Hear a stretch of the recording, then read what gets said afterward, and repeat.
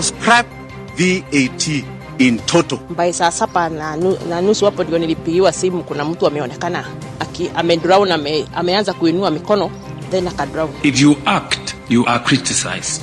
If you do not act, you are criticized. Since that time, how many of these politicians have you arrested? Kwanza nimeambia huyu rafiki yangu Sifuna wakiwa na Babu na Orengo watafuta wa Munyoro. The only two term that we know is tutampeleka. This is the Radio Generation News. Naam, ikiwa ni siku ya 15 mwezi wa Juni, hujambo na karibu. Jina langu ni Dahira Ahmed. Na tukitanguliza, Kenya bado iko katika hatari ya mlipuko wa ugonjwa wa Ebola, ugonjwa ambao hadi sasa umeua watu 141 katika Jamhuri ya Kidemokrasia ya Kongo na Uganda.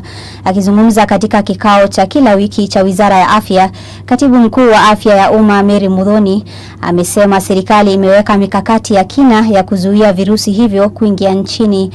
Zaidi amesema hatua mbalimbali zimechukuliwa ili kuimarisha ufuatiliaji, kinga na utayari wa kiafya katika mipaka ya nchi ili kuhakikisha Kenya inalindwa dhidi ya tishio hilo la ugonjwa wa Ebola. As a department, as a ministry, as a people of Kenya, we must maintain absolute vigilance regarding Ebola virus disease and its strains, because Kenya remains at high risk, on high alert for the Budibugyo virus disease due to the extensive population mobility with the DRC and Uganda, which have reported 635 cases and 19 cases respectively. So while Kenya currently has 0 cases, our rapid response teams must remain fully mobilized. Cumulative now, we've screened more than 100,000. We stand at 111,953 as a Saturday, but we have also been able to map out such capacity just in case of a response. We will be able to deploy them a total of 343. Na kando na hayo, Tume ya Kitaifa ya Haki za Kibinadamu imewasilisha ripoti katika ikulu ya Nairobi hii leo kuhusu mfumo wa fidia kwa waathiriwa wa ukiukaji wa haki za kibinadamu. Ripoti hiyo inaonyesha kuwa zaidi ya watu 245 wameuawa tangu mwaka 2017, huku wengine mamia wakijeruhiwa na mali kuharibiwa. Rais William Ruto ameipokea ripoti hiyo, huku tume hiyo ikisisitiza umuhimu wa fidia kwa waathiriwa. Mwenyekiti wa tume hiyo, aidha Clarice Oganga, amesema utekelezaji wa ripoti hiyo utakuwa heshima kwa marehemu Raila Odinga na hatua ya kuimarisha haki na amani nchini. The Commission also notes that collective reparations offers an important opportunity for healing fractured communities, rebuilding social cohesion, and restoring confidence in public institutions. Investments in community infrastructure, psychosocial support services, memorial sites, and community development initiatives can serve not only as remedies for past harms, but also as symbols of the national commitment to reconciliation. The police officer hurt while keeping the peace, and the family mourning a loved one are not rival camps. They are all Kenyans. They are all part of one national body. When any one of them is wounded, Kenya is wounded. And a nation does not heal by choosing whose pain matters. It heals by acknowledging all suffering, pursuing justice for all, and committing itself to doing better. Na mkando na hayo, waziri wa kawi Opiyo Wandayi amesema ana matumaini makubwa kuwa bei ya mafuta nchini itashuka kufuatia makubaliano ya kusitisha mapigano kati ya Iran na Marekani. Akizungumza kuhusu hali ya soko la mafuta, Wandayi amesema serikali itaendelea kulinda maslahi ya Wakenya na kuhakikisha upatikanaji wa mafuta huathirika licha ya changamoto za kimataifa. Waziri huyu amewataka Wakenya kuwa na subra na kuunga mkono juhudi za kiserikali, akisisitiza kuwa hatua madhubuti zimewekwa kuhakikisha nchi ina akiba na usambazaji wa kutosha wa mafuta. Aidha, ameongeza kuwa kupungua kwa mivutano ya kimataifa kunaweza kusaidia kushusha gharama za mafuta katika siku zijazo.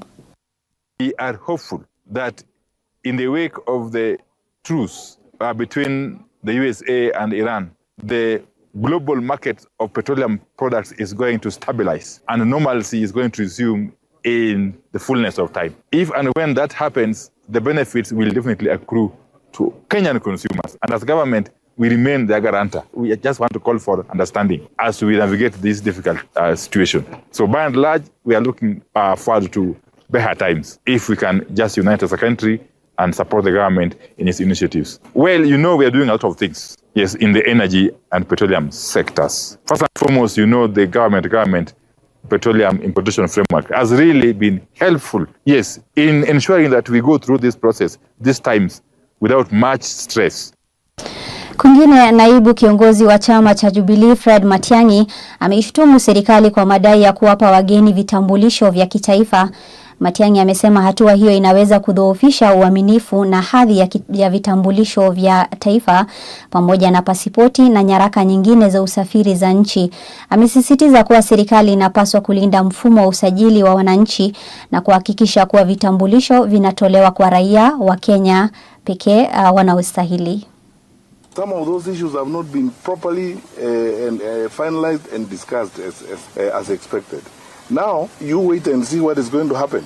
You know, our passport will be downgraded, our travel documents are going to be questioned, and the credibility of the things we do, including our identification document, is now in jeopardy. Because if every Tom, Dick, and Harry from across the border is going to have our ID cards and so on, it completely weakens the respect we enjoy, the privileges we could be given by others, and of course the strength of our identification document. This is why, with utmost humility, we are asking fellow Kenyans that if you needed another reason why this government should be voted out, you have it. Because can we continue this way?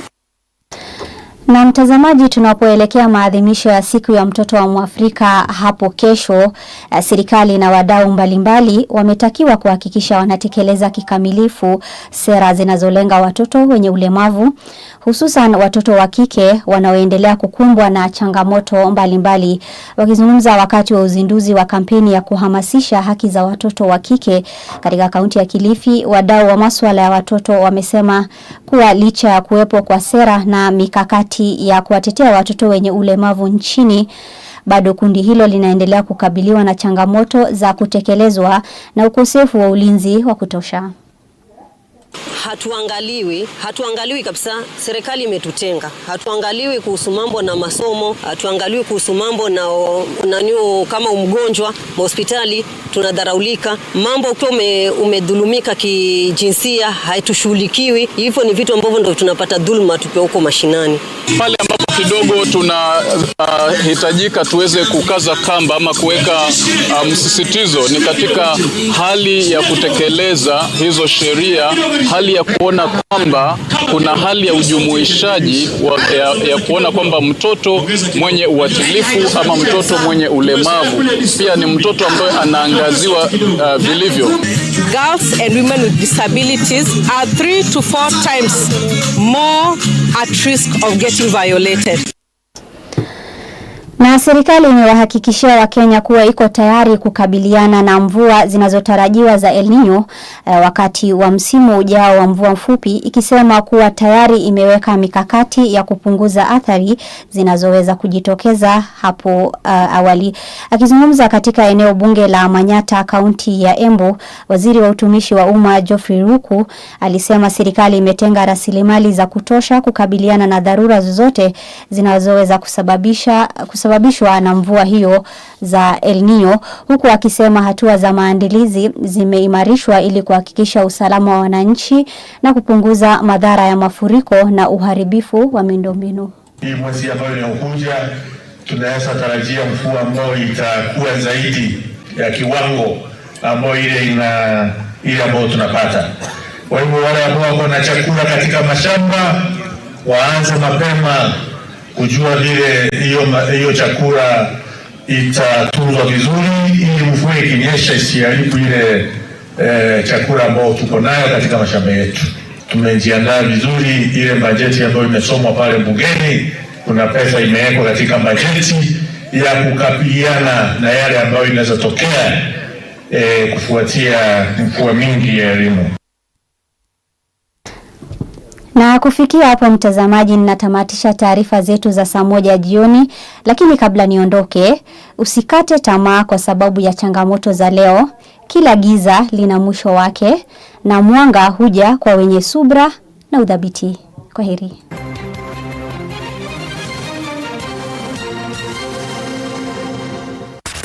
This is Radio Generation, putting back the R in radio.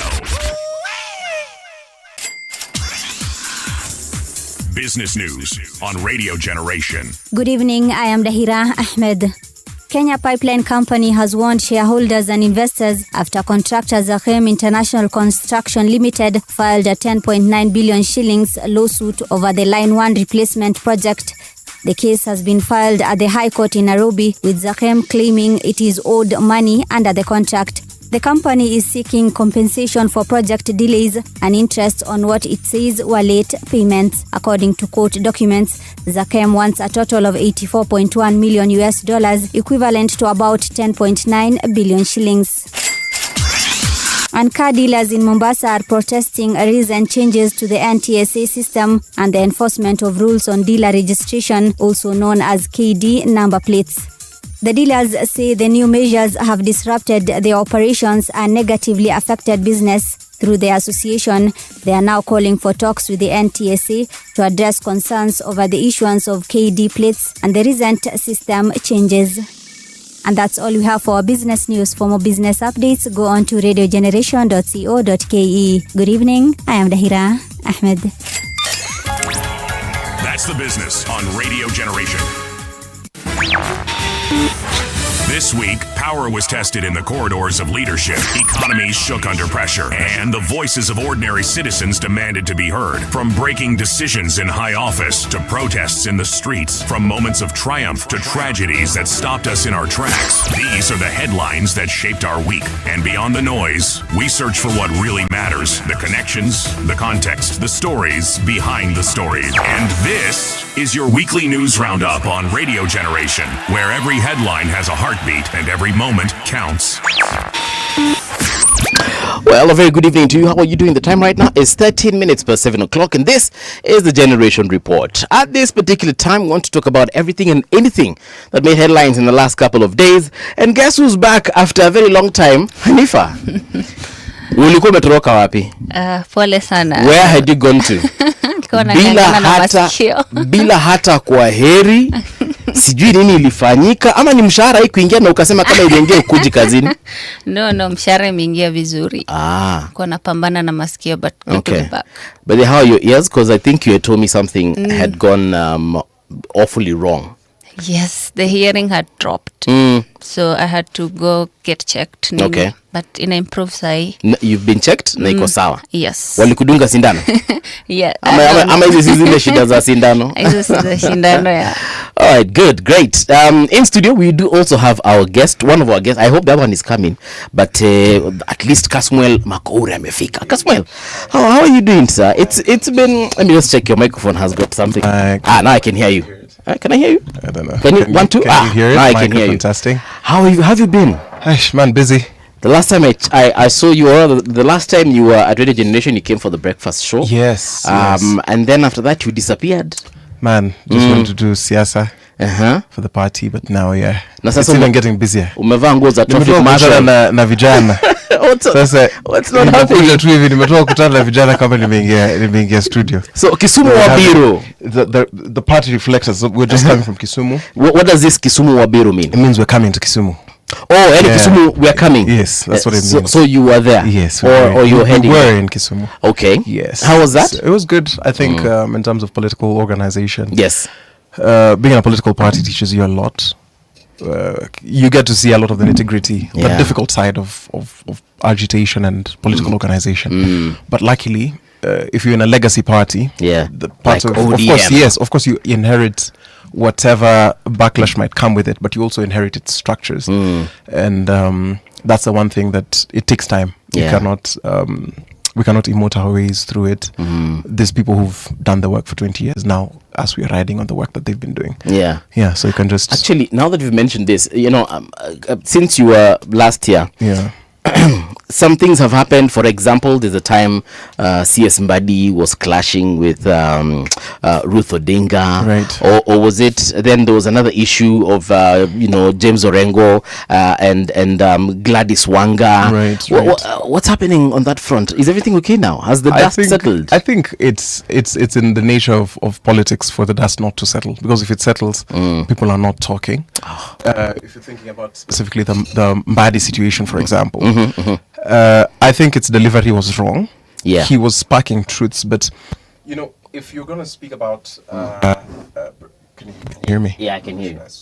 The mic, okay. No, you're good. You're good. Okay. So if the Mbadi situation, and I remember that's in reference to a party meeting that was held in Mombasa. Yeah, and he was addressing people, and he was saying that, hey, now we have to do things because Baba is not there.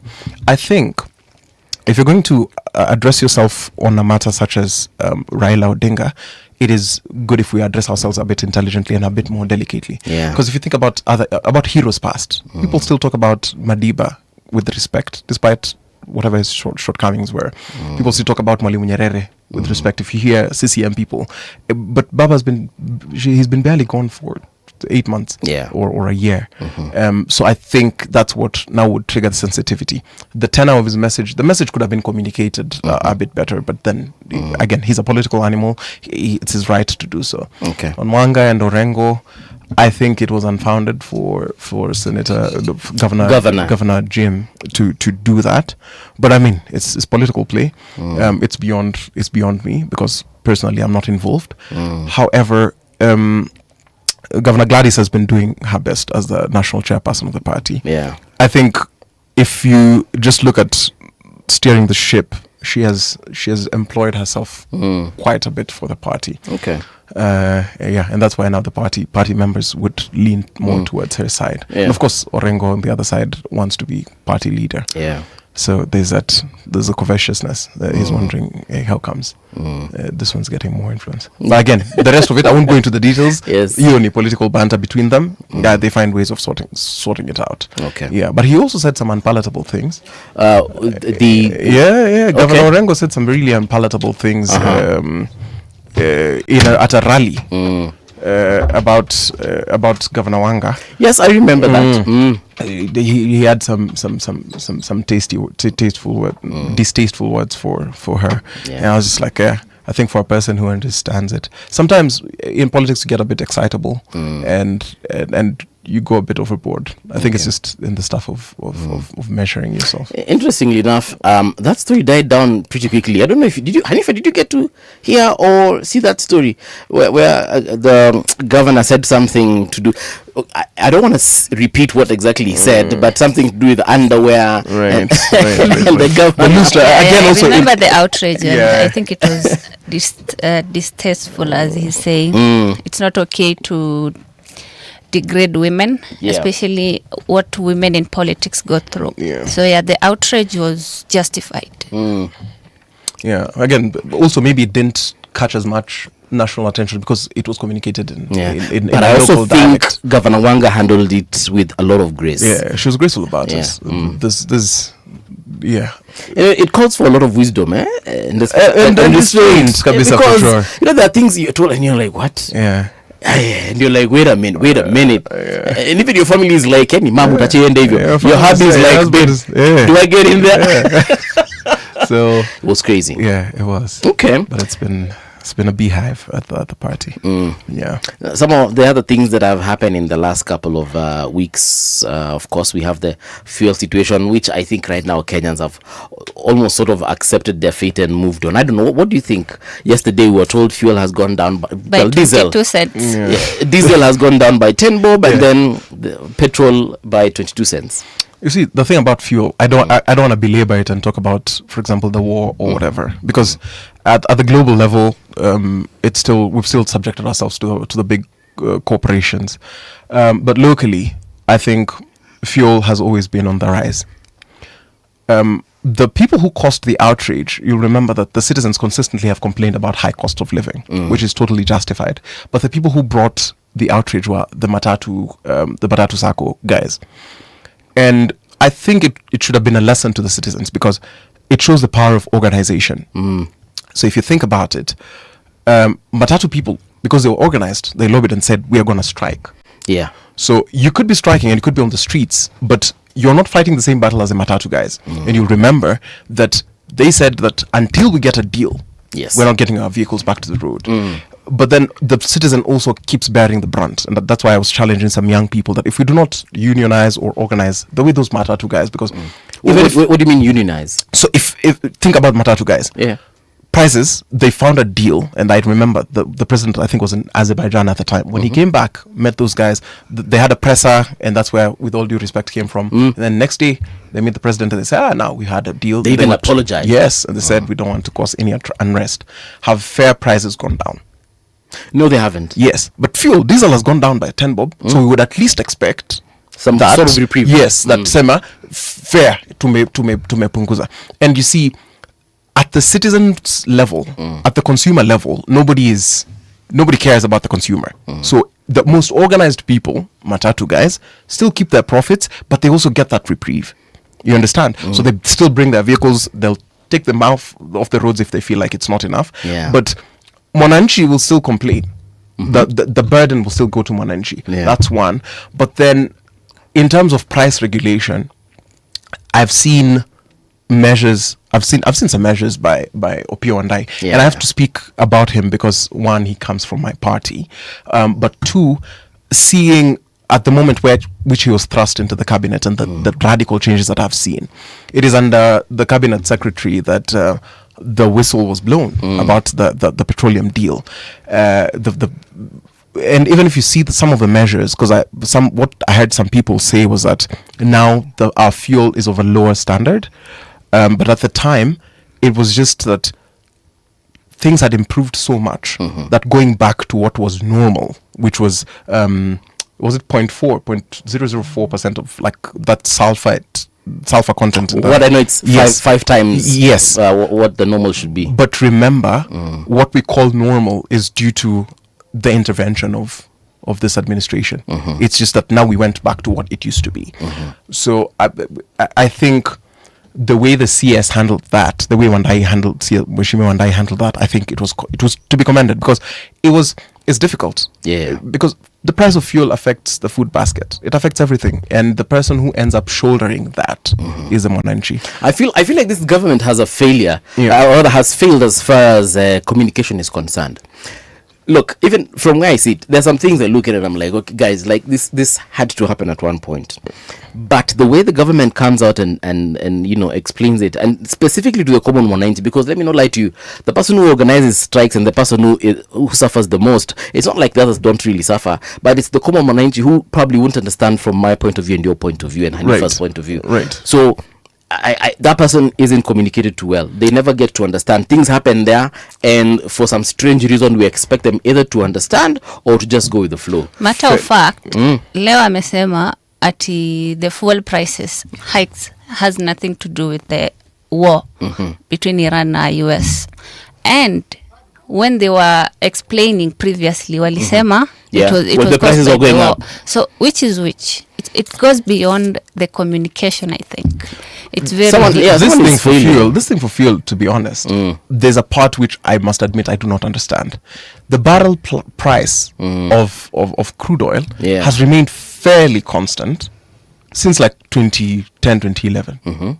Yeah, and there's a time, even guys in states, where there was it got to a point where there was a shortage, and then got to a point where there was a surplus of oil. But even with the wars, even with whatever, if you look at the barrel price of crude oil, it's still fairly the same, even per gallon, regardless of whatever is happening. I don't know what happens on that scale. However, now we have to ask ourselves, how, for example, would the war affect the lines of distribution, for example, if we get our oil by sea? Most definitely, things such as wars could affect it. I really cannot comment because I'm not well informed to speak on the nitty-gritties. But sometimes I've had people make the argument that fuel could be cheaper in Uganda, in Rwanda, and whatever. If you look at it, even all the countries in the Jumuiya have experienced like a 40 to 60% hike of fuel prices, and at the time when it was cheaper, they had a shortage. So we've bought it expensive, but at least our reserves have remained open. We've seen the situation in Kampala, we've seen the situation in Kigali and Ethiopia. Yes, but you see, someone else came here to the show, and not this show, but the morning show, and explained to us that also our debt affects a lot on how we will price some of these things like petroleum. And we were just talking about the debt that Kenya has versus the debt that Uganda has versus the debt that Tanzania has, and they're kind of different. And you see, when someone explains to you that way, it cannot make sense somehow. I mean, it doesn't make sense 100%, but it kind of makes sense. But you see, this information, if we hadn't invited that expert to the studio, we wouldn't have known. And you see, again, I'll go back to communication. Common mwananchi, mama mboga, so bodaboda, unless you explain to them these things, to be honest, and it's not like they're stupid, they're not dumb, but unless you break it down for them and make them understand that this is what is happening, and that's why fuel in Uganda could be 160 while here in Kenya it's 214, they'll still be in the streets there complaining, and then the president will say, oh, I'm the most hated president, oh, you didn't do this to Kibaki, you didn't do this to Kenyatta, you didn't do this to whoever. But it's because those guys are not communicating. Is it that, or hawana trust na gava? For sure, Kenyans don't have trust. Between ordinary people and the state is literally not there anymore. Yes, there's a huge trust deficit. So it doesn't matter how they communicate or what they do. It has to go. Do you know where it started? It's like when every time you cheat on your friends, and not really cheat on, but you cheat them. But the one time you tell them the truth, Bana, it will still look like a lie. Right. Because there are so many things that have been said and promised but not fulfilled. Anyway, that's one story. We can see that our president has been taking a lot of trips in and out of Kenya. I don't know what you think, because that time he was in Azerbaijan. Before that, I don't know he was in which country, in other countries, and he's now been called the airborne president. Right. What are your thoughts on that? I mean, I think if you think about the president as CEO of a country, he's well within his rights to do that. And it's just the nature of all CEOs that this is what they need to do. They're the people who are in charge of the company, they're the people who are in charge of the image. Yeah. So I think in terms of he's supposed to give us the best possible image in a way that he knows how. Whether or not he's been called the airborne president, I think that's up on the presidency. But if you think about even the recent goings on, the president has demonstrated and that's the thing which I think I really admire about Ruto, is he out-mobilizes. He's a great mobilizer and organizer. If you think about it, a person who suffered such great trust deficit, how does he manage to bring 30 heads of state to his country? Even the most revolutionary ones, how does he manage to bring all these people, for example, for the Africa Forward Summit? How does it benefit the country, though? I would come to that, because now remember, if you think about it, we had like a 5 billion investment in education from France. France decided to partner with us in education, the engineering department of the University of Nairobi. We got some investment in transport, in the transport sector. Was it for the railway? That to me, I think, is a win. If we can find more of these relationships, if we can find more of these bridges being brought together, in the sense that we can find collaboration, because I think the time for bemoaning other countries or crying sour milk, I think it's over. It's up to us, because nobody owes us development. Development will only be done by us. If we can find avenues of collaboration with other countries, I think those avenues are to be taken. There's some people who've complained about largesse. I think I cannot comment on that, because I do not know what it takes to run a presidency. It could be leaner. As a layman, I would actually suggest that it be leaner. But I've not seen huge delegations travel with him. I've not seen, for example, people who I could say this is an unnecessary person to be there. I haven't seen that in his recent trips. So To that, I cannot comment. Yeah. However, if these things bring us some sort of gain as a country, I think I don't have any negative thoughts towards that. Well, I do, because I'm thinking, some of these meetings are usually and trips, but then I think they can be an email, or could have been an email, or a video call, teleconference kind of thing, whereby I just ring up this president or prime minister and be like, yo, isao, sasa tunataka hivi kama wa Kenya, mnaweza, and we're done. There are those that you will need to travel for sure, but anyway, again, just like you, I'll admit I do not know what it takes to run the presidency. However, and this one again, I'm asking because I have absolutely no idea, and I don't know if you do. When we went to Azerbaijan, what are the opportunities in Azerbaijan? I'm asking this because I can picture what opportunities are in the US for Kenyans. I can picture UK opportunities, France. I can picture Germany. I can picture even South Africa. I'm really trying to figure out how Kenyans can benefit from Azerbaijan, or how they can benefit here, and then eventually we also benefit because of maybe the trade. From your understanding, how can we benefit from Azerbaijan? I think these are new avenues for collaboration. If opportunities exist, they need to be made more public. If they don't exist, I think it's a great thing if we can establish relationships with other countries. I mean, it's like asking, how can we benefit from Rwanda, for example, which is the size of Nairobi? I'm just thinking that... But cleaner than Nairobi. Yes, but I could just, which is fair. And Nairobi is actually is a different story. Nairobi is something else. But it's the same. I think it would be the same as asking, how can we benefit from Rwanda, for example? I think in this era where we are a global village, it's important for us to create as many partnerships as we can with the countries, as long as this thing is being done prudently. Because I don't think the problem is the partnerships. I think coupled with the trust deficit, that Kenyans want to see prudence, because it's people feel like, oh yeah, these are difficult financial times. So anyone who you see doing even slightly better, you want to say, hey, what's up? And now you're seeing the CEO is CEO of the country. You see why is he consistently outside? Why is his budget so big? Why is it this kind? I think it's totally valid. However, I would not rule out our partnership with any other country. Yeah. And again, going back, and I think I'll go back to communication so many times. I am sure there is something, because no matter how people think how crazy our president is, he just doesn't get on a plane and spend the amount of money that we were told he was spending in a day just to go there to say what's up and just have fun. Right. But I just think that his department of communication is failing him, because they should have told us that, look, the president was in Azerbaijan. He met the president of Azerbaijan, and this is what they discussed, like even in details. Tuambwe, now Kenyans, you have opportunities there. Communication is there. Sasa ndo nakwambia, this goes beyond communication. The hostility, the mistrust. So it's not about communication. If you see Ruto's social media platforms, it's all highlighted there. Even Hussein also highlights. Hussein said, the trips president does zinasaidianga in terms of trade and cooperation, but beyond that, nataka niambiwe, for example, in Azerbaijan, students can go and study there. You can go do engineering, you can go do medicine, you can go do biotechnology, you can go do home science. In terms of trade, those guys need tomatoes. There's a deficit for fish. You think the government can miss a chance to flex? I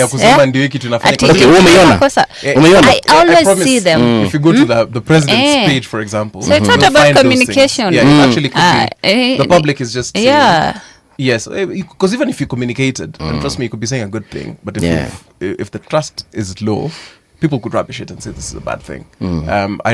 There are some avenues where I totally agree with you that communication should be done better, especially in times of crisis. Because if you're thinking, like this Ebola story, by the time Gava is coming out to speak to the public, to them, they're coming at a time of crisis, so they're reacting. They're not responding. Yeah, they're coming to tell us we're getting Ebola.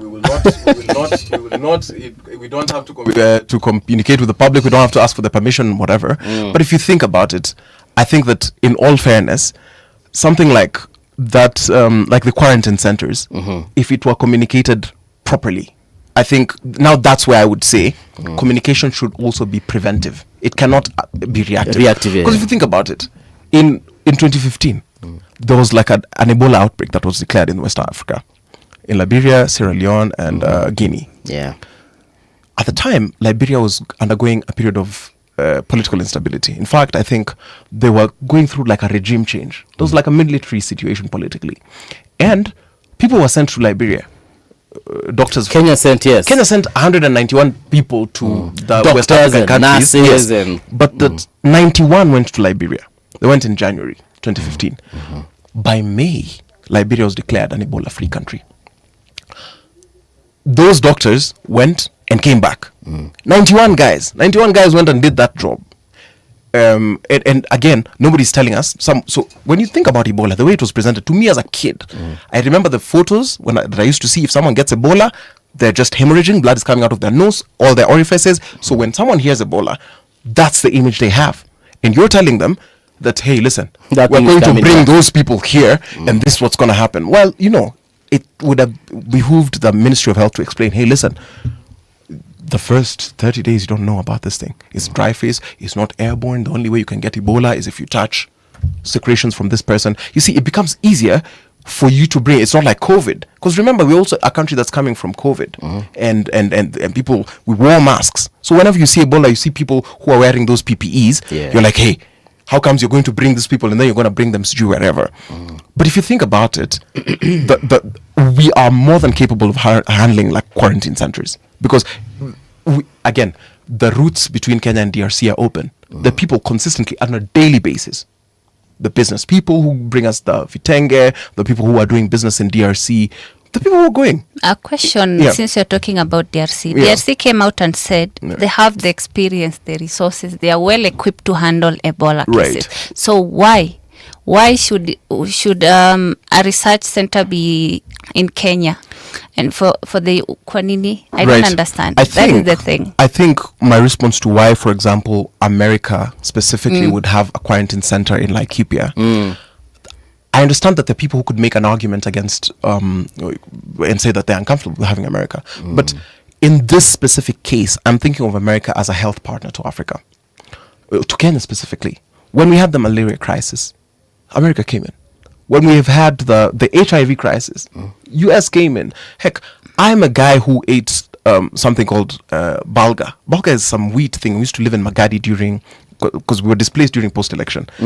There were US aid food. It's wheat, and then we would eat balga and lentils. That's the food that we ate in our public schools. It was something. It was like balga. And I've not had a lot of people know it. Is it a biscuit? Is it a cake? It's not a biscuit. It's like bread. It's like oats, but it's barley, it's wheat. It's something that's filling. That's in low budget rice, but you could eat it with. So we used to eat balga and lentils.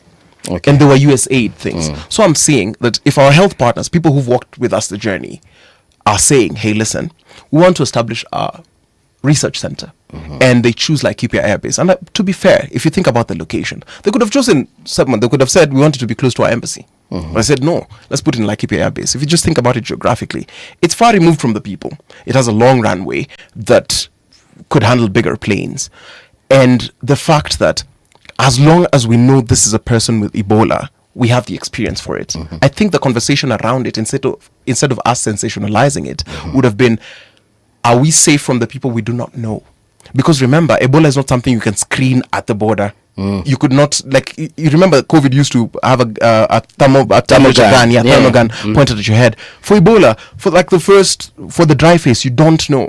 And when you're going to hospital, you think you're being treated, the doctors are just treating you for malaria, for typhoid and whatever. We should be asking ourselves, for these phases, before we get to the wet phase, which a lot of people think is Ebola,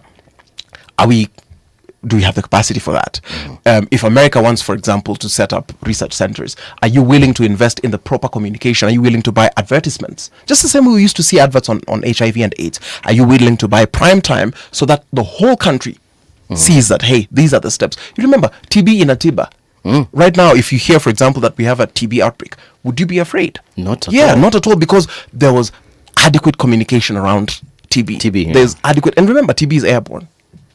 You see, again, can I get back to that communication issue? Right. Because you're actually talking about it even as we speak, because you've said, are we able to afford the airtime, or, are we able to do a good enough campaign so that we can educate the public? I was listening to some conversation at the radio station, I can't remember which one, but they were just talking about this Ebola thing just when it had, taken speed, and some of the things they were saying, and I could even tell the presenters themselves don't even understand this thing. Right. And that is the problem, because they were saying, what will happen if one of the janitors, who has to go back home, lives there, and they've been in contact with a nurse who has been in contact with the doctor, who's been in contact with someone who has Ebola. And I'm like, wow. Yeah, it's ignorant. That is not how a quarantine facility works. Yeah. Then number two, this is a quarantine facility. There's a difference between quarantine and isolation. Right. Quarantine is when you have been exposed to the disease, but you do not show any symptoms. Chances are you don't even have it. But just because you've been in that environment where the disease is, we quarantine you until we ascertain that you do not have it. Isolation is when we are sure that you have the disease and we're treating you for it. So what is being built, or rather what was to be built if it already hasn't been built, is a quarantine facility where we are not sure you have it, but just to be safe tunakufungia hapo hivyo. Lakini sasa wase wako na Ebola ndo wanaletwa hapo, which does not make sense. No, what is being built at the Laikipia base is a quarantine facility whereby if you have been exposed, that means that you could have been in this building and then the Wochi downstairs has Ebola, but now to be safe they have to quarantine us. But me, I'm even thinking about it. Okay, the people in the building. But wait. Yeah. We have no cases of Ebola. But wait, how are we sure we have no cases of Ebola? Yes, because government imesema. Yeah, which is true. But now you see, I feel like worrying about what's happening in Laikipia, what's being built in the Laikipia airbase, is not necessarily unfounded. However, it's not the right conversation to have, because the guys who are going to DRC, the guys who go to DRC daily for business. And remember, Ebola cannot be screened at the border. So they might have been in contact there at the Congo, for example. How are we dealing with those ones? You see, now the public is outraged at a facility. And remember, if the facility is built, if we have a quarantine facility, trust me, a quarantine facility is safer than a porous border. Siku nenye nafunguliwa JKIA, how are they going to do? Funny thing, we even have a quarantine facility for Ebola in KNH. And we also do have a quarantine facility, and people don't know this, at JKIA. Yes, like we already do. Wacha nata JKIA. KNH kwanza imekuanga nayo consistently. So if this was such a huge problem as we put it, we should have had cases of patients in KNH being cross-infected, for example, by nurses, of people because the nurses have to go through the corridors. We've not seen any the janitors who clean there. Now that situation, but we've not heard that. And that's why I usually feel like, again, remember, we're also in a very difficult period and this is where I think public trust is very important, because with public trust, this does not become a big problem. But now we're heading into a period of elections. So now, where you deal with your own mess, it's your responsibility to ensure you figure out how you're going to communicate it, because everyone's waiting for it. That's why and the court order, are we disobeying the court orders? Again, now you see that's yeah, kama koti imesema wasijenge kama watu wa youth league hatuwezi zungumzia court orders. So wanafaa ku respect court order basi. I totally agree that court orders ought to be respected. Yeah. But then again, it's the country and it's the leaders we've chosen. But to be fair, we have got to be honest that Kenya Kwanza government isn't the first one to disobey or ignore court orders. Wewe unaongea kama politician. No. I'm saying Uhuru also did it. Yeah, he did. Kibaki also did it. He did. He did. The issue is mwenye kwa power sai ni Ruto. No one is excusing what Uhuru did or the people who came before him. You see, if we are holding the government accountable, we cannot deflect into this slippery slope or ad hominem arguments kila saya try and excuse what they are doing. Yeah. So walifanya, yes. Does that mean that we don't hold him to account? No. I don't think so. Yeah. Everyone should be held to account. Kila mtu, no one, Uhuru did a lot of damage. No one is excusing it. Yeah. But imanishi we can't hold this current government to account. So kila saa ukinini Uhuru also nini Uhuru pia alifanya hivi Uhuru he's also wao ndo hata wanampea nini relevance sahi. We're not talking about It's just because number one, he has pled the fifth, and number two, he's in no position to speak on that because at the end of the day, he's not in government, but he's in ODM nonetheless. Now, on the issue of Israel, I'm sure you've seen this. They had done this thing, putting us on a list. Then now they have withdrawn that list, or rather withdrawn or deleted Kenya from that list. Do you think... And I'm heading to that issue of the passports because there's this expose that has been done by KTN showing the way Kenya is just dishing out Kenyan passports to people from Somalia, Ethiopia, and perhaps many other countries that we do not know of. It will get to a point whereby our Kenyan passport might actually get to a point where it's useless. I don't know. What do you think? Well, I think that also is interesting because there are, and I see this I've seen in the Somali community has borne the brunt, where, and again, because our politics is tribally inspired, and human beings by nature are we are a jealous species. If there are people who are thriving, I think we sort of have some envy. I think it is wrong for passports to be issued to people who are not citizens of the country. But I also think it is also wrong for us to marginalize everybody of Cushitic descent who could be citizens and make it far slower for them to gain services because they're citizens of equal right, of great standing. And if you come from like border areas, even Migori, for example, for my siblings, even myself, to get an ID, the scrutiny is it's harder than, for example, getting an ID here in Nairobi. Even for you? Even for me as a Jango, and I'm a Buddha, so you saw me hapa Kenya. But nakwambia, if your birth certificate says you're from Migori, which is uko chini, around border areas, it's really difficult. And that's why, for example, you saw the government there's like a drive for a million IDs. I remember, if the figure is correct, 1 million to 2 million IDs that were issued in Nyanza, for example. But now, guys, for Northeastern, I think it's the reality. So that's on the one hand. Again, I also empathize with the concern that if we continue issuing passports kiholela, our passport now might end up being weak. There are certain elements that take advantage of our passport and out of greed or self-interest go and commit crimes or act in a disorderly fashion in other countries. Those I do not know how to control because, however, their rights, and this now is where it comes in, their rights to accessing that passport should not be revoked at it because we think it's ill-mannered. I think if anyone is a citizen, they ought to be granted a passport. What I disagree with is because there are certain cartels in immigration who might be issuing passports for money or for that. I think it's for money. It can't be for anything. Yes, but also could be for amassing influence, and power. But that I think is wrong. We just need to have a firm action from government. I don't know who would be in charge of that. The ministry, the people who are in charge of the various lines, they just ought to strap that boot. But if it doesn't seem like a primary concern, especially with less than 400 days to the next general election, they will just let it slide. But I've seen that if we have enough vigilance, and stuff is brought to the light, the government will not tolerate corruption. I say it in the sense that mukishikwa, it's one of those things like kuiba mtihani shuleni. There's a no stealing policy, but there's still some people who could just be like, oh yeah, they thug it out. But ukipatikana, and that we've seen heads rolling when there's whistles being blown.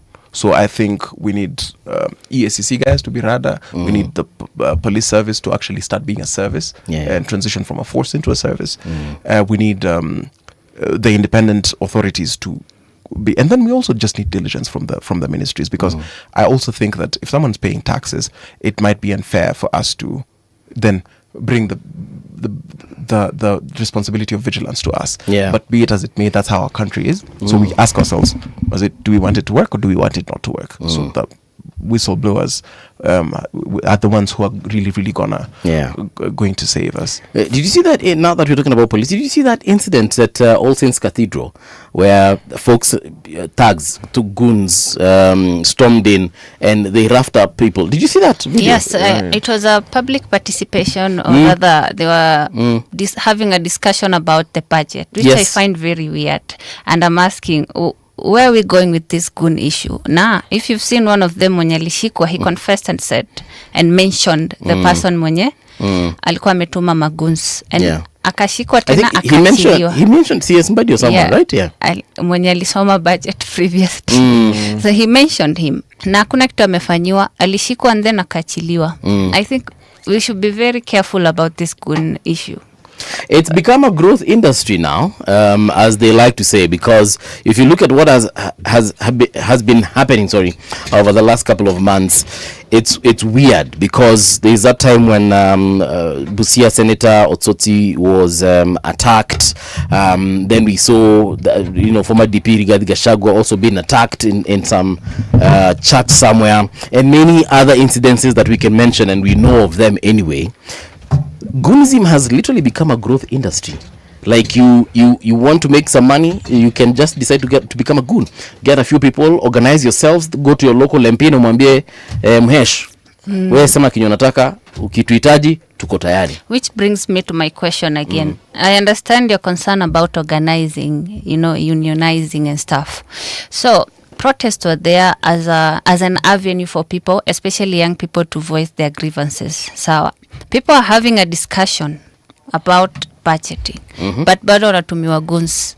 Mtu akienda streets anauliwa. So what exactly do they want? I think specifically about the attacks that happened at the cathedral, I think it's a deplorable situation. Yeah, it's despicable to say the least, because the cathedral has been a home to it's sort of established itself as a safe haven for young youthful voices. A lot of organization has happened within the All Saints Cathedral, and I think it's a selfless thing for a religious organization to do, and I have to commend them for opening their doors. They would say that they will plead the fifth and not involve themselves in the affairs in earthly affairs. But since 2024, we saw religious organizations, the mosque at the masjid at Jamia and the cathedral were very, very instrumental in ensuring that young people participated in their democracy. In terms of sending goons, I do not see what the need was, because if anything, the budget was read successfully. CS Mahdi had all pomp and fare, and it sailed smoothly, and he had done a decent job at public participation. He was out. I don't see why anyone would need to send goons to a counter a discussion, because then now what you're doing is, even people who had no idea that such a thing was going, because actually I was at the cathedral briefly, and then I left. I was having for the same function, not for the same function. I was just around, because the cathedral is home. It has a nice restaurant there. I have friends who were there, and by Jove, I go there myself as well. But now there are people who might not have been aware of this. Now what you're doing is you're harming people who, like, what's the sin? Having a contrary opinion. I think it's laughable. I can't speak to the goons. I can't speak to that, because it's one thing that I've consistently said. Even if I've called out even very close friends, if I see anyone have goons in their employ, I think it's a deplorable thing. Again, that's part of. I can't comment on that. I hope the police are going to do their job, and we establish and verify these stories if the people are saying the truth or not. Again, it's a political period. Siasa, by the way, tungoje tuone. Siasa pia haina. Everyone wants to take advantage of every situation. So msana anasema mimi nilitumwa Mbadi. Because some of these people are not going to respond to these allegations. But anyone who uses goons, and we can find them, has to be brought to book. I think even if it's not by whatever, it has to be brought to book by the citizens themselves. What disappointed me is that we had several cops there, and they only managed Even to number arrest plates. two folks. People gave out number plates from the video. I mean, because they work for them. It was very disappointing. Forget even them working for them. Now that we know someone works for someone. I mean, you can't be that motivated to just storm a church. And I mean, kuna mtu amekupatia pesa. Nini ya audacity gani wana storm? Nini nawapea ya audacity ya Watu kustorm a wa church? bodaboda A year wakaamka before tu the na general wakasema election. But yeah, I was very disappointed in the cops because out of a crowd of probably 20 plus folks, they only got 2. And there were a couple of the police were there. They were like, what? About 5. I think there were 5, but they only managed to arrest 2 folks. I was asking even City in the morning, when these guys do not know martial arts, kidogo, you shika like 6 There people. were 5 cops around there. There were more than 3 that I'm sure of. There were more than 3, but they only managed out of a crowd of 20 plus kushika tu watu wawili. But as a cop, I think as well, if I'm going to play devil's advocate, I think a police service, in terms of arrests, it's a dicey affair, in the sense that involvement in the politics, in political affairs becomes a bit complicated, because pia unaweza toroka, pia unaweza, and then if you're 5, I think this speaks to a law that that was assented to on 15th October by the president of last year. And I remember there was a lot of furor around that. Part of what that task force included. I think we might need better funding for our police. We might need better training. But you see, training comes from funding. Yeah. Because if you're going for training, you have to eat, you have to camp, you have to. But we are recruiting cops every other day. We are. Yeah. So those ones that we're recruiting, we need to train them better. And we also have to motivate them. They're being trained to kill people. Actually. No, but in all fairness, it's a few rogue cops. We live amongst these people. I'm a person who's been very angry at the police force, at the police service, but a decent majority of the police are out to actually serve and for utumishi kwa wote. Which I have a really genuine question, and it's not an attack, since you and I have been in this since 2024. Right. You talking about the police like this. I remember one of your quote that really stuck with me. And you lisema, if our comrades' bodies are showing up on autopsy wait, please, can you just... Why should we show up on the dialogue table? Yes, exactly. Yeah, right. So I want to know what exactly changed. Since umesema, we need to go beyond the protest, organize, unionize. So what is the difference from where you are and from na mali ulikuwa? Has anything changed for you? So I'll put it this way, and it might be a bit blunt. Protests don't change anything in a country. I'll justify what I'm saying. If you think about, for example, our 2024 protests, what did we change systemically?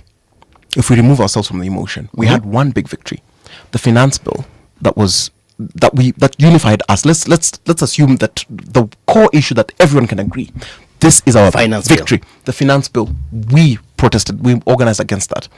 But despite us occupying parliament, the parliamentary structure did not change. If anything, our taxes were used to repair that parliament. We didn't manage to recall anybody. The structure, you could say that the cabinet ilivunjwa, but the structure that is the cabinet still remained.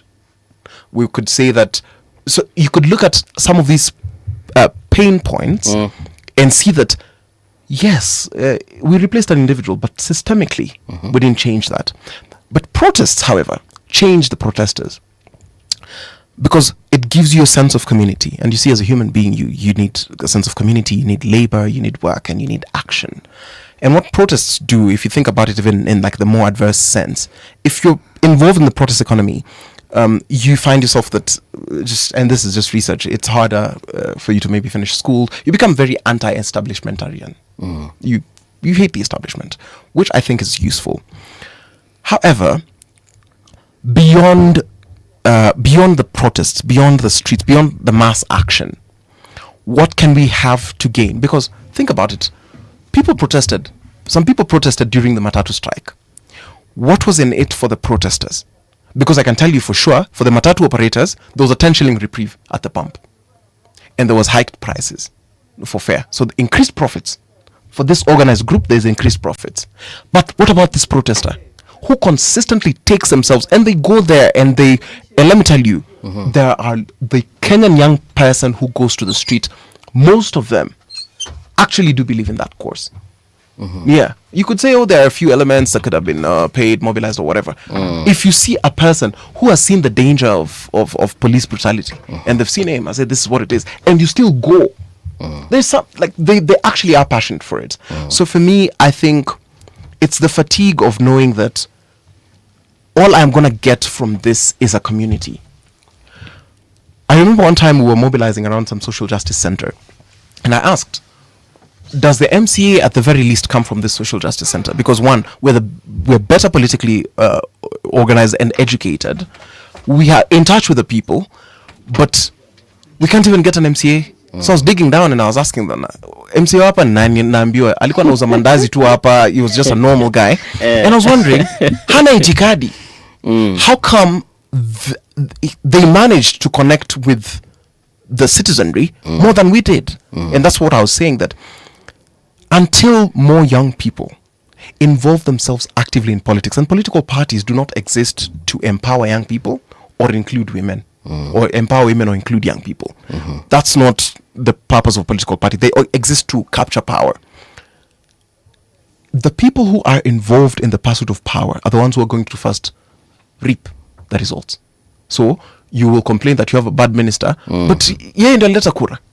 They give us the money, they give us the networks and whatever. And that's why I keep on saying, if young people can embed themselves in the political architecture of the country. But they are. Yes, that's why I'm saying, for example, me, I'm in ODM, this other person is in this other party, and join any other party. Of course, I'll be biased and say, join ODM. But if you feel like the most impact is going to be found there, because trust me, I'm looking at this political conversation. Yeah. The person who would have been the best alternative presidential candidate, of course, me, I'm a Baba guy. Outside of Baba, outside of President Ruto, if you're to give me an alternative, the only real alternative we had was Omtata. As controversial as it might be, that was the only real. Yes, that is what I would say. As controversial as it might be, this is the only guy I would say he has consistently employed himself for the betterment of the country. I have not found Omtata. I trust me, as much as I want, you see now me, I'm a guy for broad-based. And now I'm saying I'm a two-term guy. I've looked, I can find that on all these other people. I can find things to say about all these other people. But for Okia, it becomes ngumu. However, you could find any other candidate. Let's say, for example, Mbuvi, you are untainted, so let's give you. Even if, for example, you get a president, let's say you get an alternative president, do you think you're going to remove the ODM MPs that we have now? For example, if we have 100 and something members in the House. Tricky. It becomes harder. So, if for example, ODM and UDA now say, okay, now, fine, you have a president. Now we're tabling an impeachment motion as a party. Can you stop it? You cannot stop it. You cannot stop it. That's why I keep on saying, young people have to embed themselves in every facet of the system. Lazima tutake kuwa ma MCA, lazima tutake kuwa ma MP, especially hapo bunge. Because a lot of these problems, people are directing them at the president because the buck stops with him, with the president. But what are we doing about the legislature?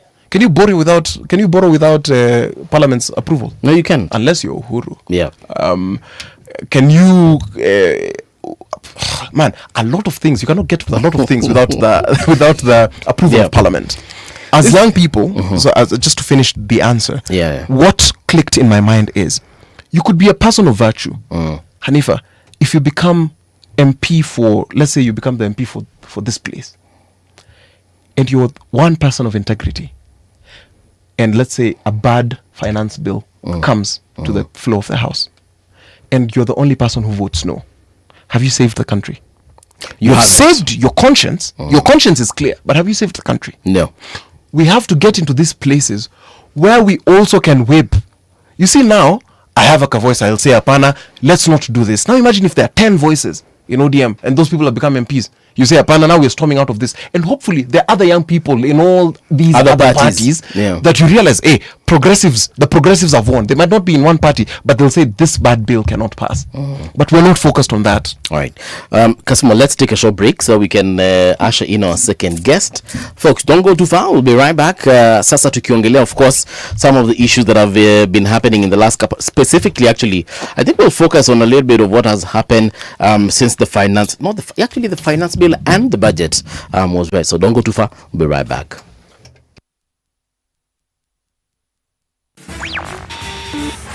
This week, power was tested in the corridors of leadership, economies shook under pressure, and the voices of ordinary citizens demanded to be heard. From breaking decisions in high office to protests in the streets, from moments of triumph to tragedies that stopped us in our tracks, these are the headlines that shaped our week. And beyond the noise, we search for what really matters, the connections, the context, the stories behind the stories. And this is your weekly news roundup on Radio Generation, where every headline has a heartbeat and every moment counts.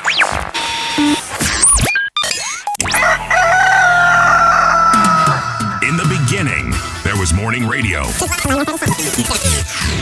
But now there is Radio Generation's The People's Breakfast, curious and bold, getting facts from the shadows. That's what it is. Now, as the city wakes and secrets stir, a bright new voice shines. The People's Breakfast, your morning, your voice, your journey. Good morning. Good morning, my neighbor. Welcome to the home of hard truths and bold insights, Radio Generation. The views and opinions expressed on this program are those of the guests and do not necessarily reflect the views of Radio Generation. Radio Generation assumes no responsibility or liability for the interviewee's views. This is Radio Generation. Radio Generation, the sound is fine. Pump it up, turn it high all the time. Let the music move you, let's sway. Radio G's got your jam on. Yes, and we are back. The time right now is 7 minutes past 8 o'clock. How are you doing? This is the Generation Report, your weekly news roundup. In studio, like I told you, we do have Moses Pius Oma. Now, Moses is from Teso South, and he's an aspirant with the Linda Mwananchi faction. Moses, good morning. Hey, good evening. Nakuanga hapa asubuhi, so utaniwia radhi ukisikia nisema. Haina shida, tuko sawa. Yes, but good evening and welcome to Radio Generation. Thank you so much. Yeah. Mimi naitwa Mheshimiwa Mwasebaba. I'm from Busia. Right. Teso Busia County, Teso South in Amkura Central Ward. I'm vying for MP Teso South. All right. Yeah. What has made you want to vie for that particular? Is this your first time though? No, actually no. I have been an MCA before. You are an MCA? Yeah, for Amkura Central Ward. That's 2017. To 2022. Okay. 2022 nikaenda break kidogo. Nikasema acha nirudi kama nimejijaza vizuri. Ulienda break kama uliitisha kitu kingine na ukupata? Nilienda break. Ulienda so kuitisha kitu 2022? Hapana, sikufika kwa debe mimi. Nilikuwa nataka kuconfirm. Moja kuna wengine nasema nilichukua break, lakini kwa ukweli kuna venye alipewa break. But how was that whole MCA experience? No, MCA. Do you think you did your best to deliver? I really tried to do my best. Yeah. I can say and I can engage myself that I did more than 75%. Okay. Kwa sababu zile vitu ambazo nilikuwa nimeahidi watu wangu, I tried to do them. Kama mambo na shule, kujenga madarasa, kuleta maji, kujengea mama wajane manyumba, kuleta ngombe empowerment, kuleta watu ngombe, kufungua mabarabara, kujenga barabara, kujenga madaraja hizi inaitwa solar lights. I tried my level best. Actually more so in education I tried. Yeah. Okay. Ulikuwa kwa rally ya juzi? Linda Mwananchi? Yeah, nilikuwa kwa rally. Hii Afrika. Nilikuwa huko, ilikuwa mambo nilikuwa ni mecheche. Yeah, I saw. So I want to ask, mmepata Faith Odhiambo na Irungu. Yes. What does it mean for Linda Mwananchi? Hiyo ni plus. Because unaona sasa tulikuwa tumeanza kukwea mlima na tunaangalia vile tunakwea mlima hautelezi. Mlima unapandika. Therefore, Irungu Kangata kujoin sisi, I think it's a big plus. We are still looking for others who are like-minded. Wakuje tujiunge, tulinde wananchi. Okay. Yeah. So, since we have a Linda Mwananchi person here na Linda Ground, what do you think is the fundamental difference between the two? Actually, the difference between Linda Mwananchi and Linda Ground, it's just purely even you don't need even to explain it. Inaonekana tu. In the other words, linda ground, linda tumbo. They only reason using their stomach, they don't reason using their minds. Unaelewa? So sisi unajua ukiangalia misimamo ya baba Raila Amolo Odinga, itikadi, mienendo za Raila Amolo Odinga iko kwa linda mwananchi. Kwa sababu unaona sasa kama tuna mafuta inapandishwa na 47 bob, inarudishwa na 10 bob. That's irony. Ingekuwa leo hii baba Raila Amolo Odinga iko, tungekuwa kwa barabara. Leo hii tunaangalia mambo ya capitation ya watoto wetu shuleni haiji, unasikia ati the whole term shule inapelekwa only 94 bob. Unashangaa the whole term 94 bob. Hata mtoto akiwa shule one day kama nikukula hawezi kula 94 bob, but imagine that's the whole term. Unaangalia vitu kama unakumbuka vitu kama hizi za SHA. SHA totally is not working. But because if you get people of linda ground, hao wanasema SHA inafanya kazi. Lakini mimi na wewe tukienda hospitali, linda ground ni kama mtu kukuambia bibi yangu yuko mimba. Mimba hauhitaji kuambiwa bibi yuko mimba. Miezi miwili, miezi mitatu wazee wanakuita ndugu mtoto yetu, what's not happening? Kwa nini bibi hana mimba? Ati bibi yangu yuko mimba. Mimba haifichiki. Vile vile pia tunasema kwamba maendeleo na hao watu wetu wa linda ground wenye wameenda huko hakuna kitu wanatusaidia. Na therefore ni usiku linda ground na linda mwananchi ni kama usiku na mchana. I don't know, Kasmuel, maybe you can help us elaborate. Is Linda Ground still there? Because I think nowadays we don't see more of the Linda Ground moniker. We're just saying ODM, Linda Ground, what we used to know as Linda Ground, just calling themselves ODM now. Right. I think there's no such thing as Linda Ground in ODM. Linda Ground used to be an initiative that we ran to consolidate our bases. It's not that it's a faction, but of course because we're in a political arena. The people who are dissident voices wanted to create a brand for themselves, and of course now they started talking about Linda Mwananchi. And if you think about it, it's a splinter group that happened when some young politicians in the party, young ambitious politicians in the party, thought that it was their time to come into the fore. It didn't happen because that they suddenly walikuwa napenda wananchi sana, because if you think about it, the first time you see this, it was in a meeting in Saboti, and we had a rally in Busia, and at the time, of course, my brother was actually still with us in Busia. What we were doing is we are going to our bases as ODM, consolidating the bases. So that's where Linda Ground came from. So the whole mindset of Linda Ground was it was a special purpose vehicle. But if you think about it, we still are the party. We hold the instruments of the party, and Linda Mwananchi is styling itself as a political outfit. But what I usually say is I do not have a problem, because remember there's about 191 registered political parties in the country. It doesn't hurt the democracy to have another political party. So if you feel like this political party does not align with your values, then you shift to another political party. But as a member of the Orange Democratic Movement, there is a fallacy that has been propagated by guys of Linda Mwananchi, that Baba said, for example, he said, who has told you and whatever. True, but he actually said it. True, he said those words. But we have to ask ourselves, when we're thinking about the words of Raila, which one take prevalence? Is it the words that he said to his parliamentary caucus, or the words that he said to the public? So when we're interpreting Mzee, we have to ask ourselves, who is Mzee talking to in this context? The last public appearance that Mzee made in the country before he departed from us, may God continue to rest his soul, was at my great grandmother's funeral. Phoebe Asio. And he went on public record and said that we cannot form a coalition with these other people, that we'll go it and have the people, I don't know whose phone this is, but it's distracting me. We'll go and present our case to the people. And they will judge us by what we have done. And at that time, we had just gotten into the broad-based arrangement.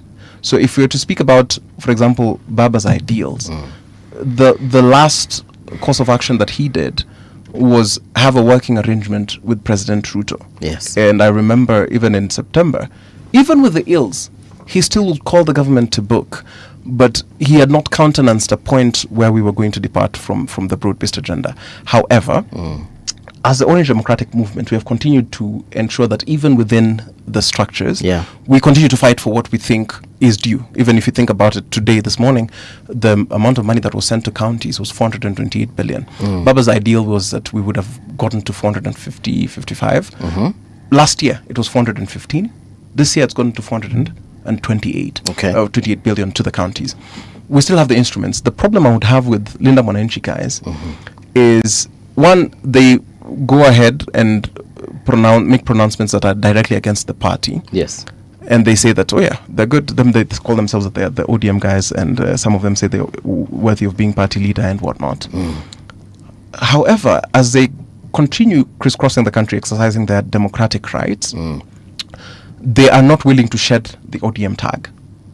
You know, you're going into bases where, and then also too, not bold enough to start outfits of their own and say that now we are at variance, which is what Baba did. When Baba disagreed fundamentally with the party that he was in, he resigned and went to the people, to the electorate, to seek a fresh mandate. My challenge to them would be, if you think... By them, you mean them? But yes, by them I don't mean... This one is like Kiongozi. He's a young man like me who's also coming up the ranks, and I think it's his democratic right to associate with whichever political formation. So for him, I can't fault him. There's no mandate you've given him. If anything, this is the first time he's going to present himself to the people, I think, and I hope that the people look upon him kindly. I'm talking about the elected leaders. Because remember, the young people are the pawns. Let me ask him something, because there's a rumor... now this is we are literally getting into the realm of conspiracy. Yes. Kuna kitu ilisemekana ya kwamba ati what was, I'm looking for the right words, that Baba was strong armed, for lack of a better word. Kuna wakati alikuwa ametoka akaenda, sijui alikuwa ameenda wapi, kurudi akapata akina Opio Wandai, akina Hassan Joho, the experts, you know, CS Mbadi, nani mwingine aliingia huko kwa serikali, watu waliingia kwa serikali, akina Oparanya. Oparanya. Yes. Apparently alikuwa ameenda kurudi akapata watu walikuwa sha make deal. Na ndio asikuwe embarrassed. He just went on and said, you know what, we have donated experts to the government and now we have this broad-based arrangement. Wait, they did it without him? Again, that's why I started by saying, rumor has it. And I also went on to say it could be a conspiracy. But Moses, what do you think? Okay, siwezi bainisha kama ilikuwa ni rumor ama ni aje, but I remember the last time that I saw them joining the so-called broad-based government, ilikuwa ni kwamba wamedonate experts kwa Ruto after the finance bill ya 2024. So, kabla sijafika hapo, rafiki yangu amezungumzia kwamba as we are speaking, sisi tuko kwa linda wananchi. Whichever way, either you are an aspirant or you are elected or a leader already, current leaders, sisi wote unajua, that's why mimi leo hii Kasmuel, nakumbuka the last meeting I was with you, it was ODM at 20. Yes. Yes. ODM at 20. Before yachane. Yes, kama bado iko intact. Ingaje kulikuwa na intact kwa macho ya wananchi. Kwa macho ya wananchi, but ndani hapo kuna mangumi. Watu walikuwa wanachapana makumi. Yeah, because nakumbuka so that was the last time I was with you people. So from there mimi tukachora line. Tukasema unakumbuka hiyo wakati tunaambiwa kwamba that the like-minded people wanna join Ruto. Now the government, the like-minded. So the like-minded, akina Kasmuel, akina Gladys Wanga, akina Oburu na hiyo wengine. Alafu mwenzangu amezungumzia kwa nini hatutaki kuachilia chama. You know, today as we are speaking, the SG of the party is who? Sifuna. The SG of the party is Sifuna. Legally. Yes, legally. Relax, bro. Like legally. Wacha prosecute. Sasa I'll address it baadaye. Pole. So, unaona leo katibu mkuu wa chama Sifuna. Na Sifuna ndio ako na linda wananchi, hayuko na linda ground. Therefore, for them accusing that sisi tuache you know, let me give this example. Today mama yako, baba yako bado yuko hai. Mama yako amekuja ameenda ameoleka na bwana mwingine. Na baada ya kuoleka na baba mwingine, unajua mnajaribu kutuambia na hawa watoto wakajisplit. Watoto walikuwa 5. So ukapata watoto 3 wakaenda na yule mama mwingine, wawili wakabaki na baba upande mwingine. Unajua hakuna venye utasema kwamba baba yetu ndio yule. Upende usipende. Therefore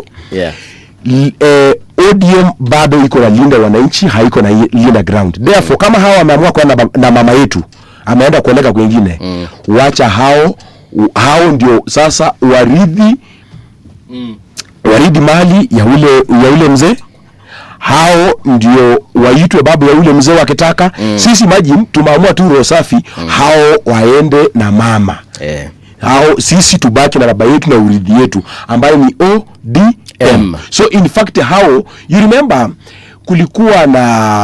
kulikuwa na mkutano moja State House. I think ilikuwa imeleta ODM na UDA at the same time, wabunge wa ODM na UDA. You remember Ruto escape? If you remember right, upande huu hapa huku ilikuwa sort kind of, not yellow but ODM kind of, Yes. Then upande mwingine ndio ilikuwa yellow kind of. That meaning he was blending watoto wake. Yeye amechukua watoto wake. So the best thing that you can do people you. Kasmuel group yenu, nyinyi muende huko, mjoin UDA tu vizuri pole kwa upole tumewaachilia. You asking about now these the experts. Yes. You know after hiyo finance bill ya 2024. Kasmuel rafiki yangu, unajua nilianza kutafuta namba yake before tukutane. Nikatafuta nikapiga. You remember hiyo siku tukikutana na SGR? Yes, you recall. Nikasema Kasmuel bana, nisaidie namba yako kuweka hivi ni ile tu namba yake mimi napiganga. Nikamwambia hii namba iendinga, akasema labda tu shughuli mingi nini setting ama nini. So Kasmuel ni youth moja mwenzangu ambaye nilikuwa na muenzi sana. Kasmuel tulikuwa tumekurank ile ranking ya kina huyu president wa the youngest president Burkina Faso. Tulikuwa yes. Actually tulikuwa tumekurank huko, tulikuwa tumekurank kama Nelson Mandela. You know when I used to see when rank ilishuka. Bro, huyu kijana ndugu yangu, lakini nataka nimwambie you know in politics today I was discussing with some people's mambo na siasa ya Busia, right? And someone was telling me, Mose, wewe, you know, my former governor has joined the current governor, and the current governor is doing nothing. So the former governor is my friend. Yes, in Busia. Ojamong is your friend? No, Ojamong is my good friend. But juzi wakati ya kura hii we supported Otuoma, but Otuoma has done nothing. Okay. Now juzi Ojamong and me, wakati kura ilisha, both of us tulikuwa opposition. Yes. Tukaamua kulima serikali ya Otuoma. All of a sudden Otuoma anasema kwamba nini Ojamong ati amekaribisha Otuoma kwake nyumbani, sasa wamekuja pamoja wafanye kazi pamoja. You know, I was trying to ask him huyu jamaa amefanya nini, so that pia unieleze mimi kama mfuasi wako ama rafiki yako tutembee pamoja.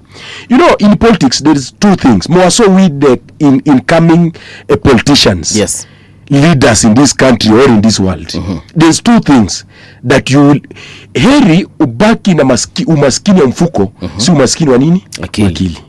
There's something Kasmuel you wanted to clarify, or rather there's something kidogo nimalize hii. Okay. Kidogo nimalize. Kuna vitu viwili ndugu yangu na wengine. Unajua kwa siasa mchecheto kama leo nilikuwa nazungumza na marafiki zangu kadhaa na wala hapana kuje tuko Otuoma sote ya kuangalia venye wewe utakuwa na kimbiza campaign zako nini bla bla movement zako, but you remember someone can come and induce you with maybe 2 million or 3 million or 4 million, you see. But me, my vision, I want to become one day I become the president of this of the Republic of Kenya. But now if I will be led with my stomach, I cannot even become an MP. Okay. Because today if I tell you, if just I leave Linda Mwananchi na nitoke tu hapa niseme nimeenda kujiunga na broad based, my politics done completely. Okay. Because people believe in people who stand by their own, the way my brother started. By the way, Kasmuel alianza vizuri sana. Kama Kasmuel leo hii amekuwa kwa Linda Mwananchi, Kasmuel imekuwa giant mkubwa sana. But now, maybe I don't know how him, today it's maybe just an advice or to emphasize something on him. Yes. As my younger brother, you know, if today Kasmuel angebaki tu kwa Linda Mwananchi na huyu Sifuna. Yes. Leo hii tunavyozungumza, Kasmuel angekuwa kitu kikubwa, because already people were seeing him as a president of this republic. Because huyu Kasmuel president wa 2027 hii. But the only thing maybe ingemulimit is just the age. All right, but there's something I want, because there's before you forget, before we lose our train of thought, as we vacate that conversation, perhaps something you wanted to say in regards to something you said. It was on the legality of the SG. I think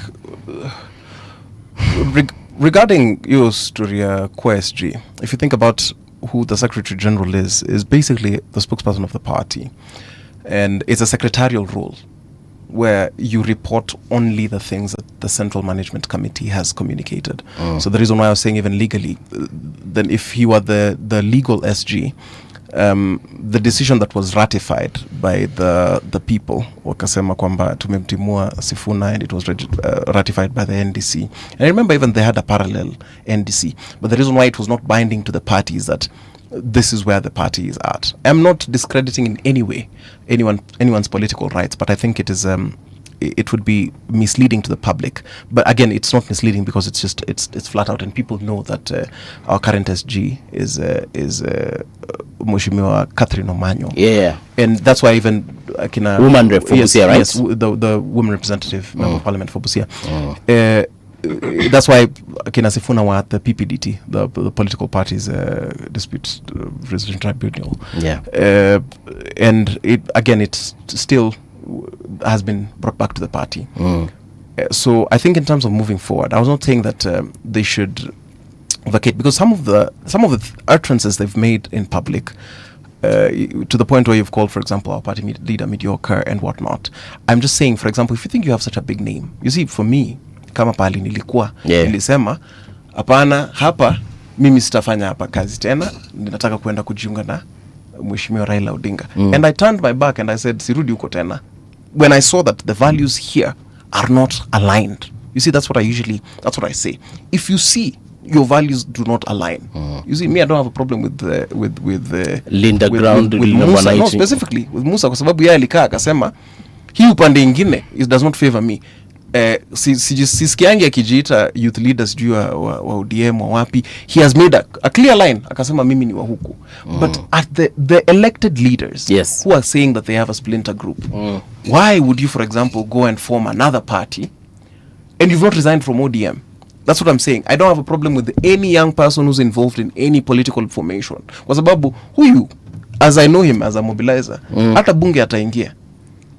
However, if we go on with the chicanery of the current crop of elected leaders, kama tutaingia hapo and then tupate kwamba you're serving with these people na umeingia peke yako, utamezwa. So me, I usually tell young people, I don't have a problem with the young people. The people I am always attacking are the people who are the leaders. Because unakaa hivi and you look at a Linda Mwananchi rally, for example, yes, and you think, is it an ODM rally? Can you truly call that an ODM rally? The Linda Mwananchi? Yes, can you call it an ODM rally? Because remember, the amount of interest that has converged there, that's why people don't wear ODM branding. You see, us when we go for an ODM rally, we brand ourselves, because one of the party's biggest tenets is discipline. And we say, we brand ourselves as a sense of identity. So when we go somewhere, we are proud that we are saying, this is an ODM rally. Linda Mwananchi people call themselves ODM. And there's no problem. It's the largest party. Everybody wants, for example, to be associated.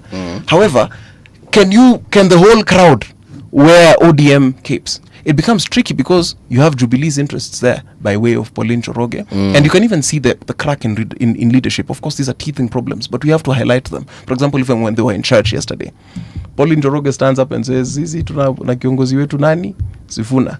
Then Orengo stands up and says, "I am the senior most legislator. I'm the one who has been elected." And now, what, for example, is the place? I don't want to discuss it in detail, but however, I usually say there are several converging, divergent interests. It is now cool because it is a wave. Trust me, Linda Mwananchi is not anywhere as big as what we had in 2024. It doesn't come close to what we had in 2024. But I have seen the difference between what we had in 2024. The young people at the time were not looking at that as a political exercise. Yes, it had political ramifications and political consequences, but we were not looking at ourselves as politicians. That's why we were being called. A lot of these people were being called to be offered jobs. How many times was I called by intelligence? Which at some point I usually say, was I a fool? I should have just gone to Nikubali tu kwa sababu eventually this is the fate that would have befallen me. The problem I have is if you call yourself ODM, then go by those tenets. Let us see Wananchi communicate the ODM agenda as you think it is, and convert more people. However, they have said that they will not be associated. The figureheads Ukoju have said they will not be associated with our Tuengine. They insist. Of course, we've said we are not Linda Ground, as we are ODM. We call ourselves ODM. If they dared say that they were ODM, the reason why they have to keep the Linda Mwananchi tag alive. Linda Mwananchi is not alive if Linda Ground is not alive. But you see, to us, to them, Linda Mwananchi is their core identity. For us, Linda Ground is an exercise that even us young people are being sent for. So this is tulikuwa tunatumwa, unaambiwa as a party, and we ensure you consolidate all the bases. So the Linda Ground narrative, for them to survive, Linda Mwananchi guys to survive, there has to be a Linda Ground narrative.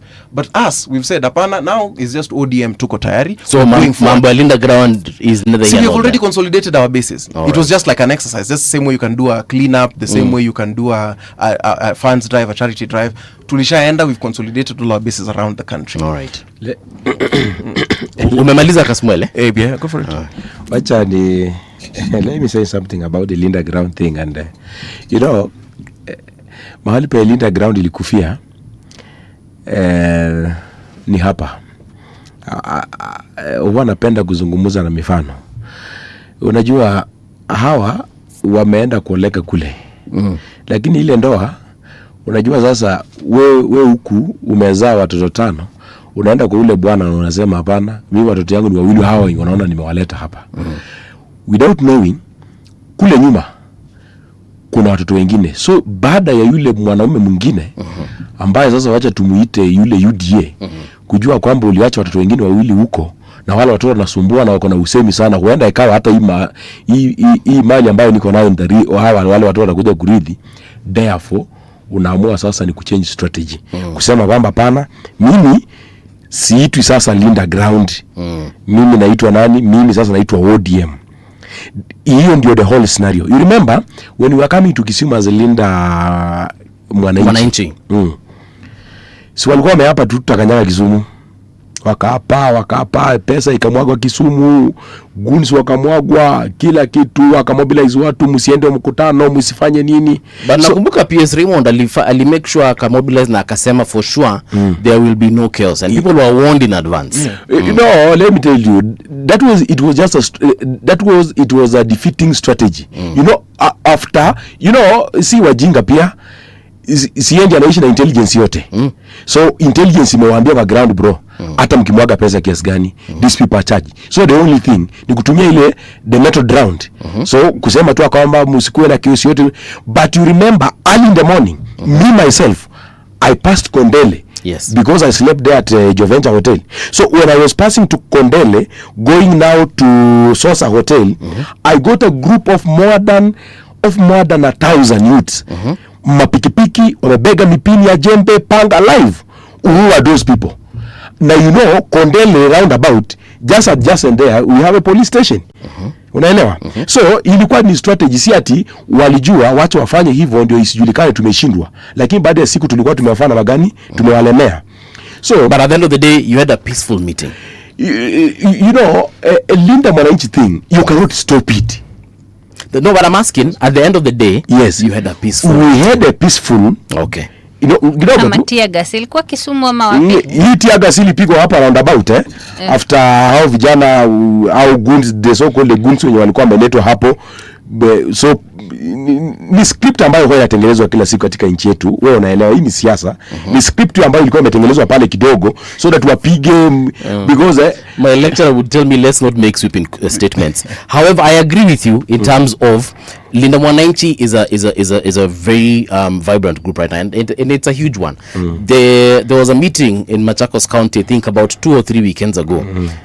And I know this because I was there. Yes. And I remember you guys had proper police security. The police were there, even traffic was being directed very well. Now, it was a Sunday, I remember very well. It was a Sunday, na mulikuja, makara walikuwa kwa barabara, everything was well taken care of. Baka, watu walikuwa wanaambiwa mali watengine na mali wataingilia. And I remember mulikuja na a lot of pomp and color as mataz. It was a good meeting. So, neza sema, in my opinion, neza sema, you guys are being given very good treatment from the police service. After this, you remember Busia, we started in my county Busia. It wasn't easy. It wasn't easy. Busia, polisi walitupiga marisasi, polisi walipiga matiaga za kutosha, lakini now the Linda Mwananchi ile team ilikuwa inatoka huko. Ili overpower. Remember, Narok, the same thing happened. Wakati tumekuja tu kufika pale CBD ndio tumeanza tu kutubia watu, risasi zinapigwa. The same thing happened in Kakamega. So, now, after we saw kama tutaendana kila wakati tunapigwa tear gas. Kila wakati tunapigwa tear gas. Pako kasikia Sifuna akisema, hii kitu ikipigwa tusikimbie. Nowadays I think this government is dealing with the people who are ready to die. Unajua sasa mahali pimefika, heri tuue wote lakini tusiendelee kuona hii serikali ikipeleka watu vibaya. Mahali pia sisi tumefika hapo. So therefore, as much you will piga the tear gas, as much you will shoot, as much you will kill, kitu yenye tumamua kwamba mkutano itafanyika. And I want to also to say thank you for the government, because at times wakati mwingine huwa nasikia kidogo, lakini pia kama hatuwataka kusikiza lazima tutawalazimishia tu kusikiza, because kazi yetu ni kuwalazimishia. It's to send a message. What they do with our message, it's none of our business. There's something Kasmuel has said that you're no longer using ODM colors, you're no longer selling an ODM agenda. Just for clarification's sake, is Linda Mwananchi ODM? Linda Mwananchi is ODM. You remember even yesterday. Si uliona dasi yetu ilikuwa imepambwa na colors ODM. So maybe unajua, if I own something, I don't want to show people that I own something. Are we together? So for them, what they're actually trying to do, it is to insist that we are owning it. Actually, unajua sasa hawa wameenda kwa ndoa nyingine, lakini bado wanataka tu kuinsist kwamba wako kwa hii ndoa, unaelewa? So the broad based thing ni ile kitu yenye wameenda kwa ile ndoa but they are not comfortable there, so still bado wanataka kurudi huko nyuma. But we does sisi tukishaweka hiyo das pale, we wanted to show this brigade, let me use the brigade of Oburu Odinga and the brigade of Sifuna. Is that who has the people. All right. I have a question tena kuhusu hiyo. I think kuna watu from different parties wako Linda Mwananchi. And the recent one being Governor Irungu Kang'ata. Nauliza, alisimama kasema sasa mlete Gachagua. So how is that going to work out? We have here aspect of, it's called aspect of like-minded people. Are we together? Like-minded people. Gachagua is someone you think like-minded minds, like-minded whatever. You see, the so-called Oburu team, his like-minded team, it is the government. Are we together? And we can't dispute that. Watch how waende na the like-minded yao. Now we as a Linda Mwananchi, aspect of Linda Mwananchi is just self-explanatory. Sisi na Linda Mwananchi. Tunalinda Mwananchi kwa nini? Ushuru isikue juu, watu wapate madawa kwa hospitali, watu wapate pembejeo, watu wahakikishe kwamba mafuta haipandi juu. So that's the reason of Linda Mwananchi. So whoever speaks and talks about how Mwananchi is being analindwa, huyo ni wetu. Therefore, we don't want to put some hard lines that we usikuje huyu enda, huyu usikuje, so long as is Gachagua his statement inaenda na kulinda Mwananchi, come baby come. Izirunga ngata statement yake ya kulinda mwananchi kama bika. So we wanted a scenario whereby now nyinyi mnasema mko na chama, sisi tuko na wanachama. Hiyo ndio tofauti. Okay. Tuko na chama, nyinyi mko na wanachama. Leo hii ukitaka kujua kwamba hata leo tu Sifuna peke yake tuseme wacha nitumie Nakuru. If today watu wakisema kanisa yote ama rambe yote waseme tu okay, kesho tutakuwa na Sifuna kuanzia hapa masaa 8. You know by saa 12:30 asubuhi usiku saa 11 watu wameanza kufurika wanaenda huko. Wakingojea Sifuna. Unajua sababu nyingine, maybe my brother haoni hizo colors mingi za ODM. We want, in politics we call them organic supporters or natural supporters. Unaweza panda gari yako from here Nairobi to Kericho where Sifuna is. Leo hii tukisema Oburu anakuja the same Kericho, who can buy his own fuel from Nairobi, from Mombasa to Kericho kwenda kuona na kusikiza. Okay. Are we together? Oh. So using the colors. I have a question on Gachagua still. Yes. Because you are a young person, Ulko Streets 2024. Kabisa. And he was someone that was in government. Yes. Na nimse pia alikuwa na hii reasoning yenye unasema like-minded. Yes. So sasa do you align with him? What changed na he was part of the reason you were fighting and people died on the streets? Angalia, what does Ruto must go mean? Is it Ruto only or the entire system? One. Can we tunaweza risk to create another system like this? No, actually it's not risking. Number one, you know, I did not see Gachagua. You know, at times people say, Gachagua ni mkabila. Gachagua anataka tu watu ya mlima peke yake. Gachagua blah blah. You know, before Gachagua was nominated as a running mate for Ruto, kuna vitu viwili ama vitatu viliangaliwa. One, Gachagua anatoka wapi? Mount Kenya. You remember, sikuona Gachagua Busia, Western, sikuona Nyanza, sikumuona Coast, sikumuona Rift Valley. You know, Gachagua biashara yake ilikuwa ni kwa mlima.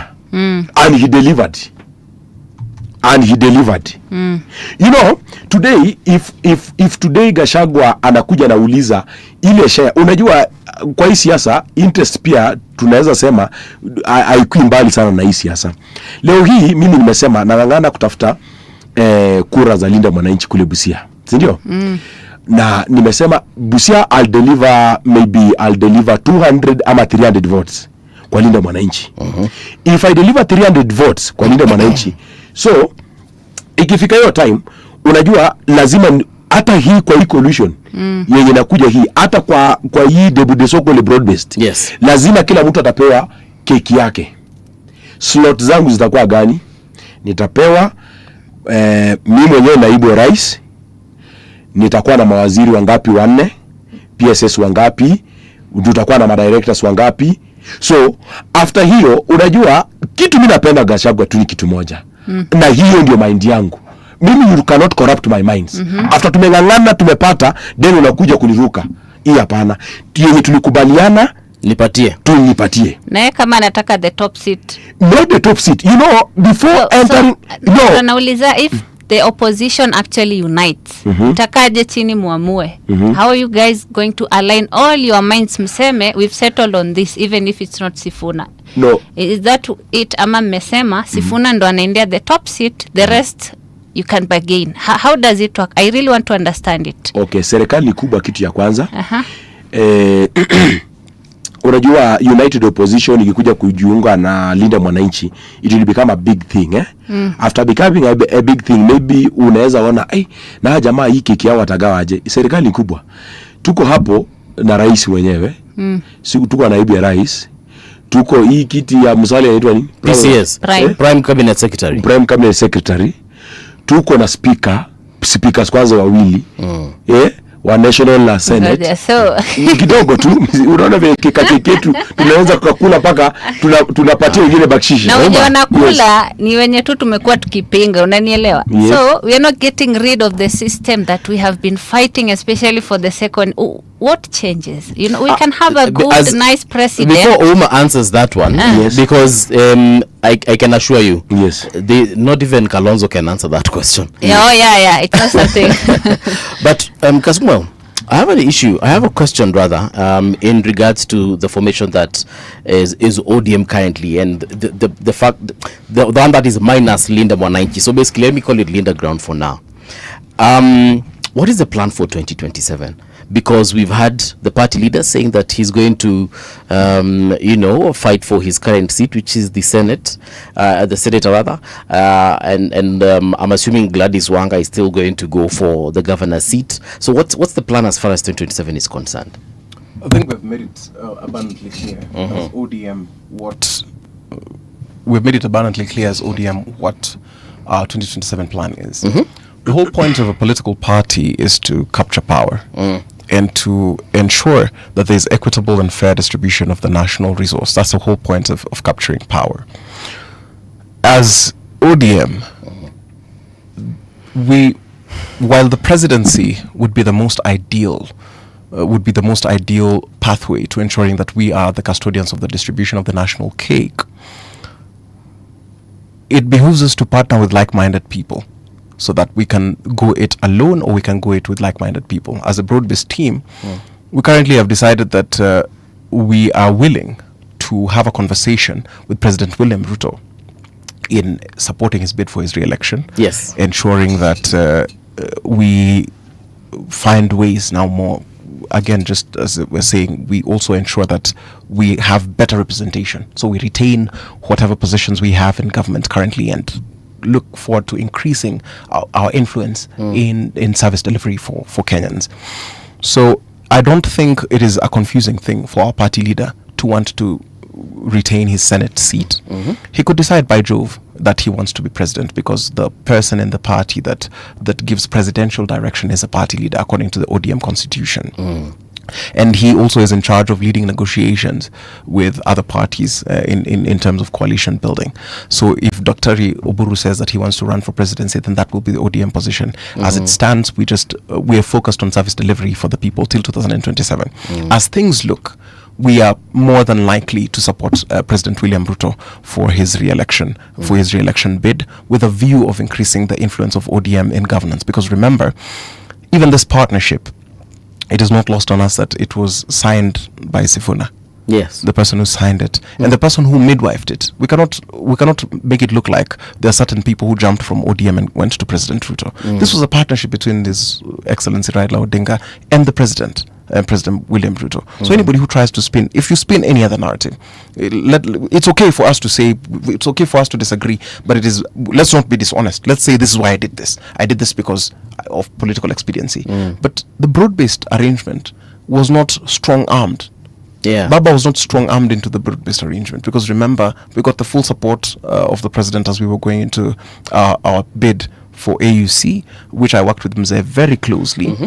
And even in its formation, it was formed using the Central Management Committee. I remember that resolution was made in Kisumu at Ciala Resort. And I remember I was there. It ran very late. If there were objections, those objections should have been solved in that room. But the resolution that came is that ODM is now going to work jointly with UDA. And so that is a binding agreement we have, and we are not known as people who backtrack on our word unless there is severe breach. Wherever we have done, I think the ODM has done exceptionally well. So what we are seeking to do, because hatukupigia serikali kura, now what we are saying is we want to go to seek mandate from the people, so that now we can be held accountable. Because the experts that were donated, if it were not for our agitation, which again I say that if we were bolder and we knew more as young people, if we were more interested in the politics, we could have been the ones now being held accountable. Yes, you could be asked why for health, because Hanifa was in prime position for being CS for health. Remember the work that she did in terms of ensuring that the care for Ninis.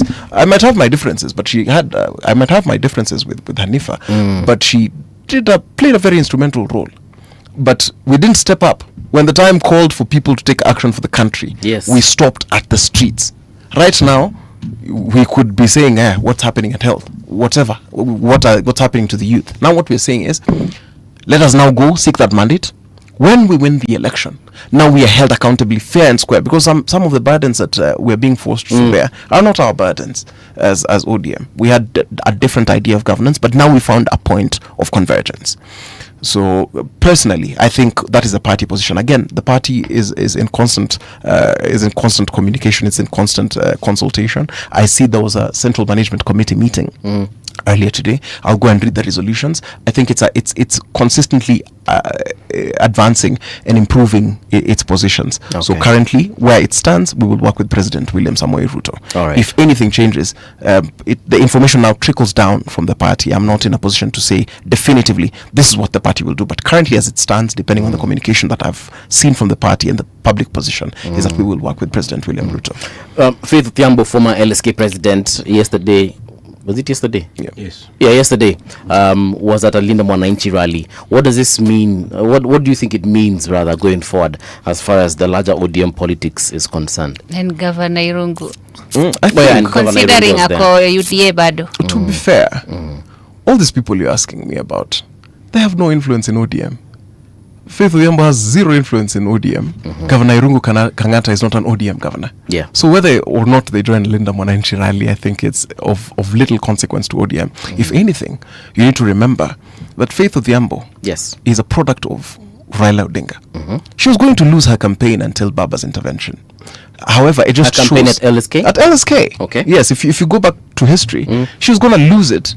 But the sway that the optics that being with Baba provided and Baba's networks propelled her.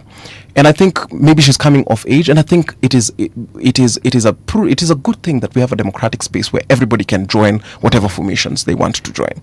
But in all honesty, it would be foolhardy to assume that because, for example, Faith Odhiambo has joined Linda Mwananchi or Irungu Kangata has joined, it affects nothing that we have in the Orange Democratic Movement. What we are still focused on is ensuring that our bases, because we were told that, for example, we had a rally at Kirembe grounds, 115,000 people in attendance, and we are not divided. We're not unsure. We're not uncertain of what we are saying. We're saying that as a party we're doing this. And the thing which I usually say, whether or not you say the party spends money, I promise you, in this country, all political mobilization is done using money. Okay. We will go into the things. We have the videos of Linda Mwananchi guys dishing out handouts.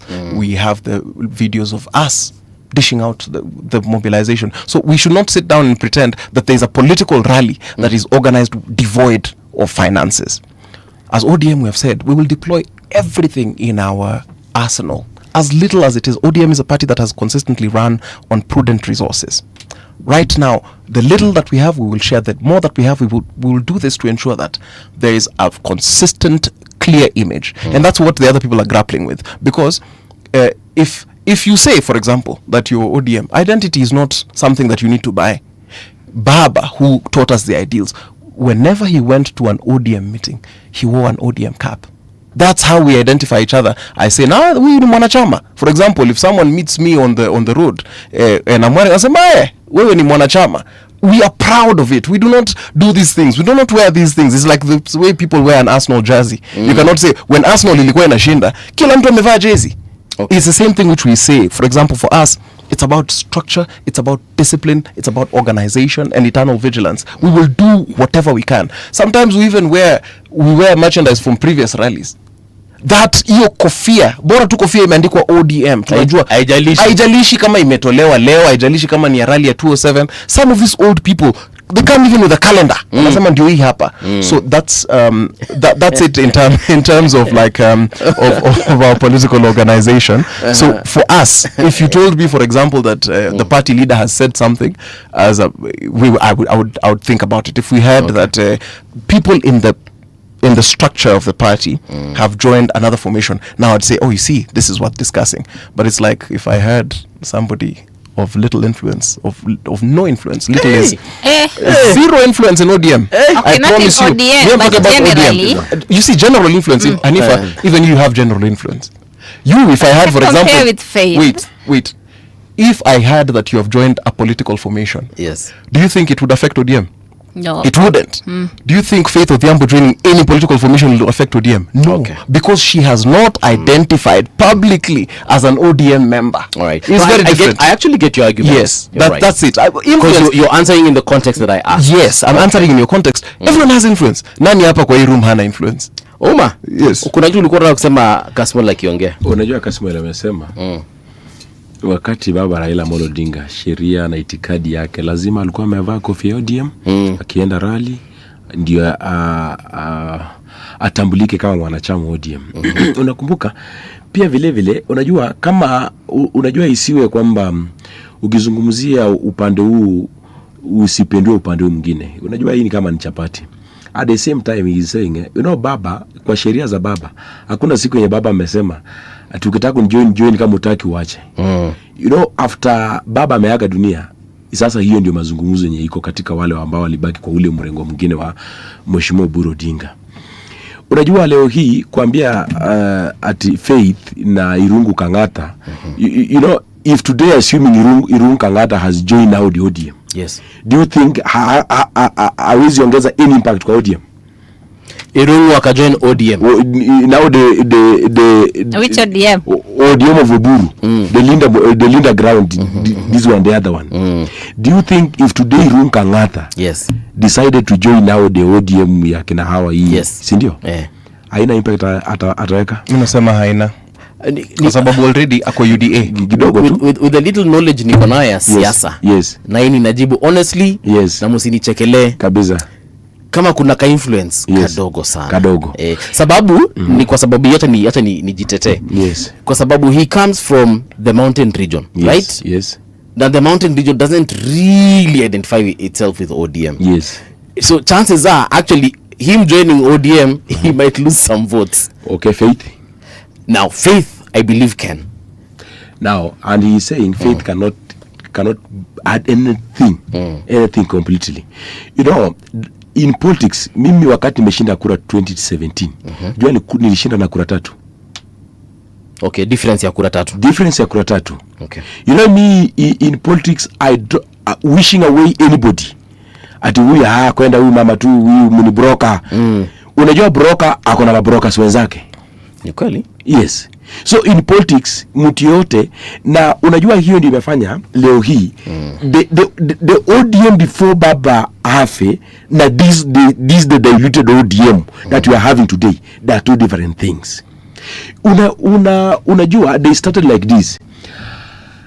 Sifuna anaongea vibaya akitaka afanye magani atoke. Wakakuja you remember Ososi anaongea mbaya akitaka afanye magani atoke.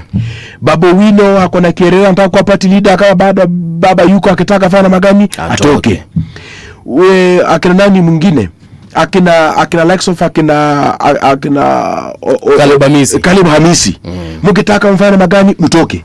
Today as we are speaking hao wenye wanasema kana watoke wenye wanakuwa ni wachache ni kitu kikubwa katika nchi yetu hii.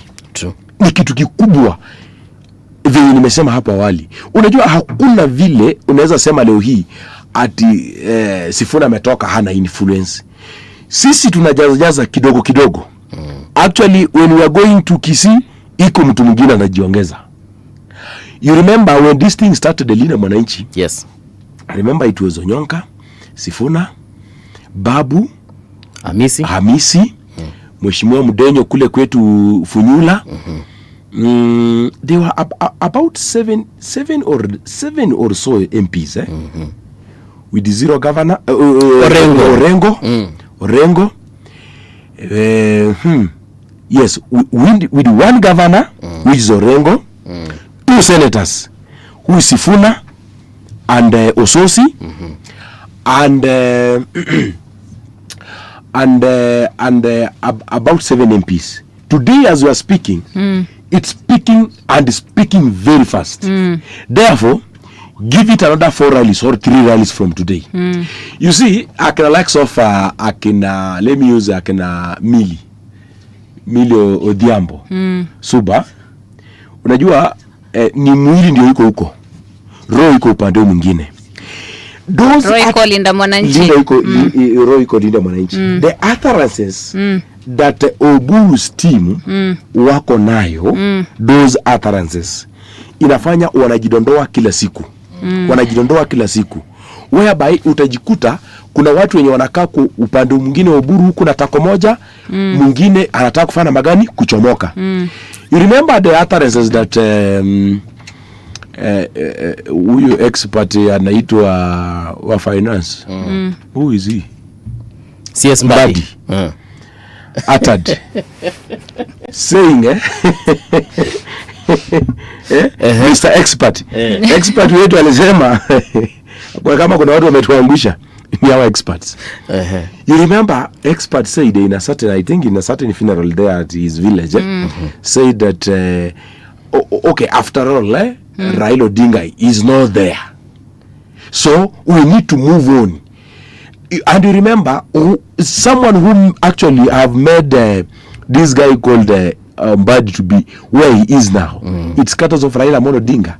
You see, that message alone iliangaisha na ilikasirisha sana hasa familia ya Raila Amolo Odinga na wale wenye walikuwa wanapenda Raila sana. Every day kuna kila siku and you know, when also Satan akijaribu kufanya kazi yake na nguvu anafanyaga vizuri sana. You know, every day lazima tu watu wa Linda ground wakiamuka watasema neno mbaya yenye nachomoa kiongozi moja kwao. Every day the same thing with this government of broad based. Every day hii government ya UDA kila asubuhi iko na sababu ya kufukuza watu ama kufanya Wakenya kukasirika. Tumetoka tunang'ang'ana na hasira ya mafuta wananchi bado wako hapo na hasira ya Ebola inaamkia. Unaelewa? Saa hii hasira ya Ebola ndio hii karibu inaelekea kuisha, utasikia tena kuna kitu kingine kinatokea. So I'm very happy the way they are doing, so that wacha watu wanatoleanga tu watu polepole. Wanatoleanga watu polepole. Baada ya siku the Linda Mwananchi na mimi na wakisheni leo hii. Yes. Tamak tu tarehe na mwezi. Alright. Na kipindi. Gentlemen, we have come to the end of the show, but I'll allow you a minute each for your parting shots. So I'll start with you, Kasmuel. The ODM remains firm, and it remains the premier example for what democracy is in the country. What it is as a party, if you want to understand ODM, there's only one ODM. It's led by Dr. Oburu Oginga, our deputies, Governor Simba Arati, Abdul Swamad, and our national chairperson, Her Excellency Governor Gladys Wanga. Any splinter group that comes from ODM, one was made by ODM. I promise you it cannot surpass the master.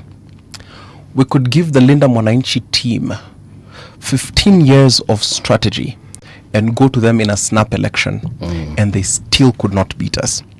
And I say this knowing full well that it could have ramifications.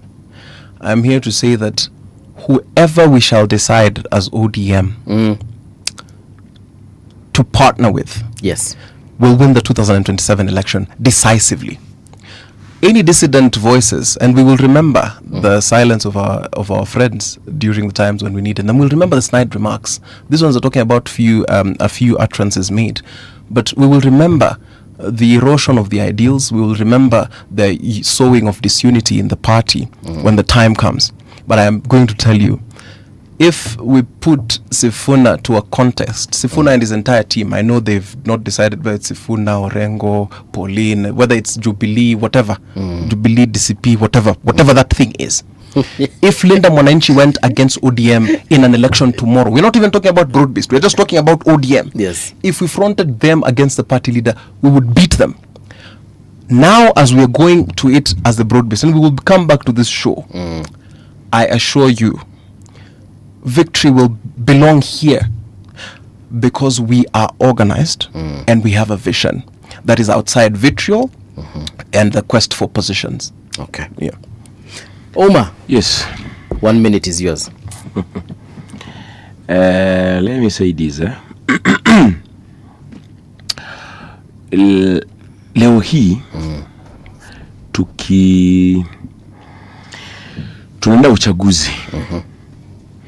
Kwanza kabisa Oburu Odinga amesema anarudi Siaya, ambaye alikuwa ni party leader ODM. That means ODM itself wa hao wenye wanasema Oburu Odinga haitakuwa na rais, kumaanisha kwanza hapo hiyo ni wrong. Wameenda pabaya, hawatavuna kitu chochote wakati baada ya uchaguzi. You know, Ruto is laughing with them now because he wants them. You know, the Ruto if kwa bahati mbaya Ruto akuwe rais wa nchi ya Kenya 2027, na kuambia na kuhakikishia kwamba hawa wote the experts, the ODM and what have you, Oburu, hiyo laini Oburu, hakuna mtu atapata hata PS. Ya pili, iwapo leo hii tutaenda uchaguzi ya uchaguzi wa mwaka 2027 hii, atuweka Oburu hapa, tuweke Sifuna hapa, atuhitaji hata Sifuna kutembea. Sisi tu watoto wadogo ndio tutakuwa tunatembea tukiuza jina Sifuna. Kazi ya Sifuna tunamwambia tu enda lipa milioni 1 weka jina yako kwa ballot. Because unajua, how do you give a lion? Your time is running out. Yes. Yeah. Okay, I'm finishing. Yes. How do you give a lion and a snake to run at the same time? It's not possible. Therefore, we as Linda Mwananchi, we say sisi tuko mbele, tunaendelea kulinda wananchi, na tutahakikishia kwamba kwa vyovyote vile tutakufa na wananchi, tutakufa na Sifuna, na tunajua mtu ambaye ako na chama, ako na wananchi, si mwingine bali ni Edwin Watenya Sifuna, akuongezwa na party leader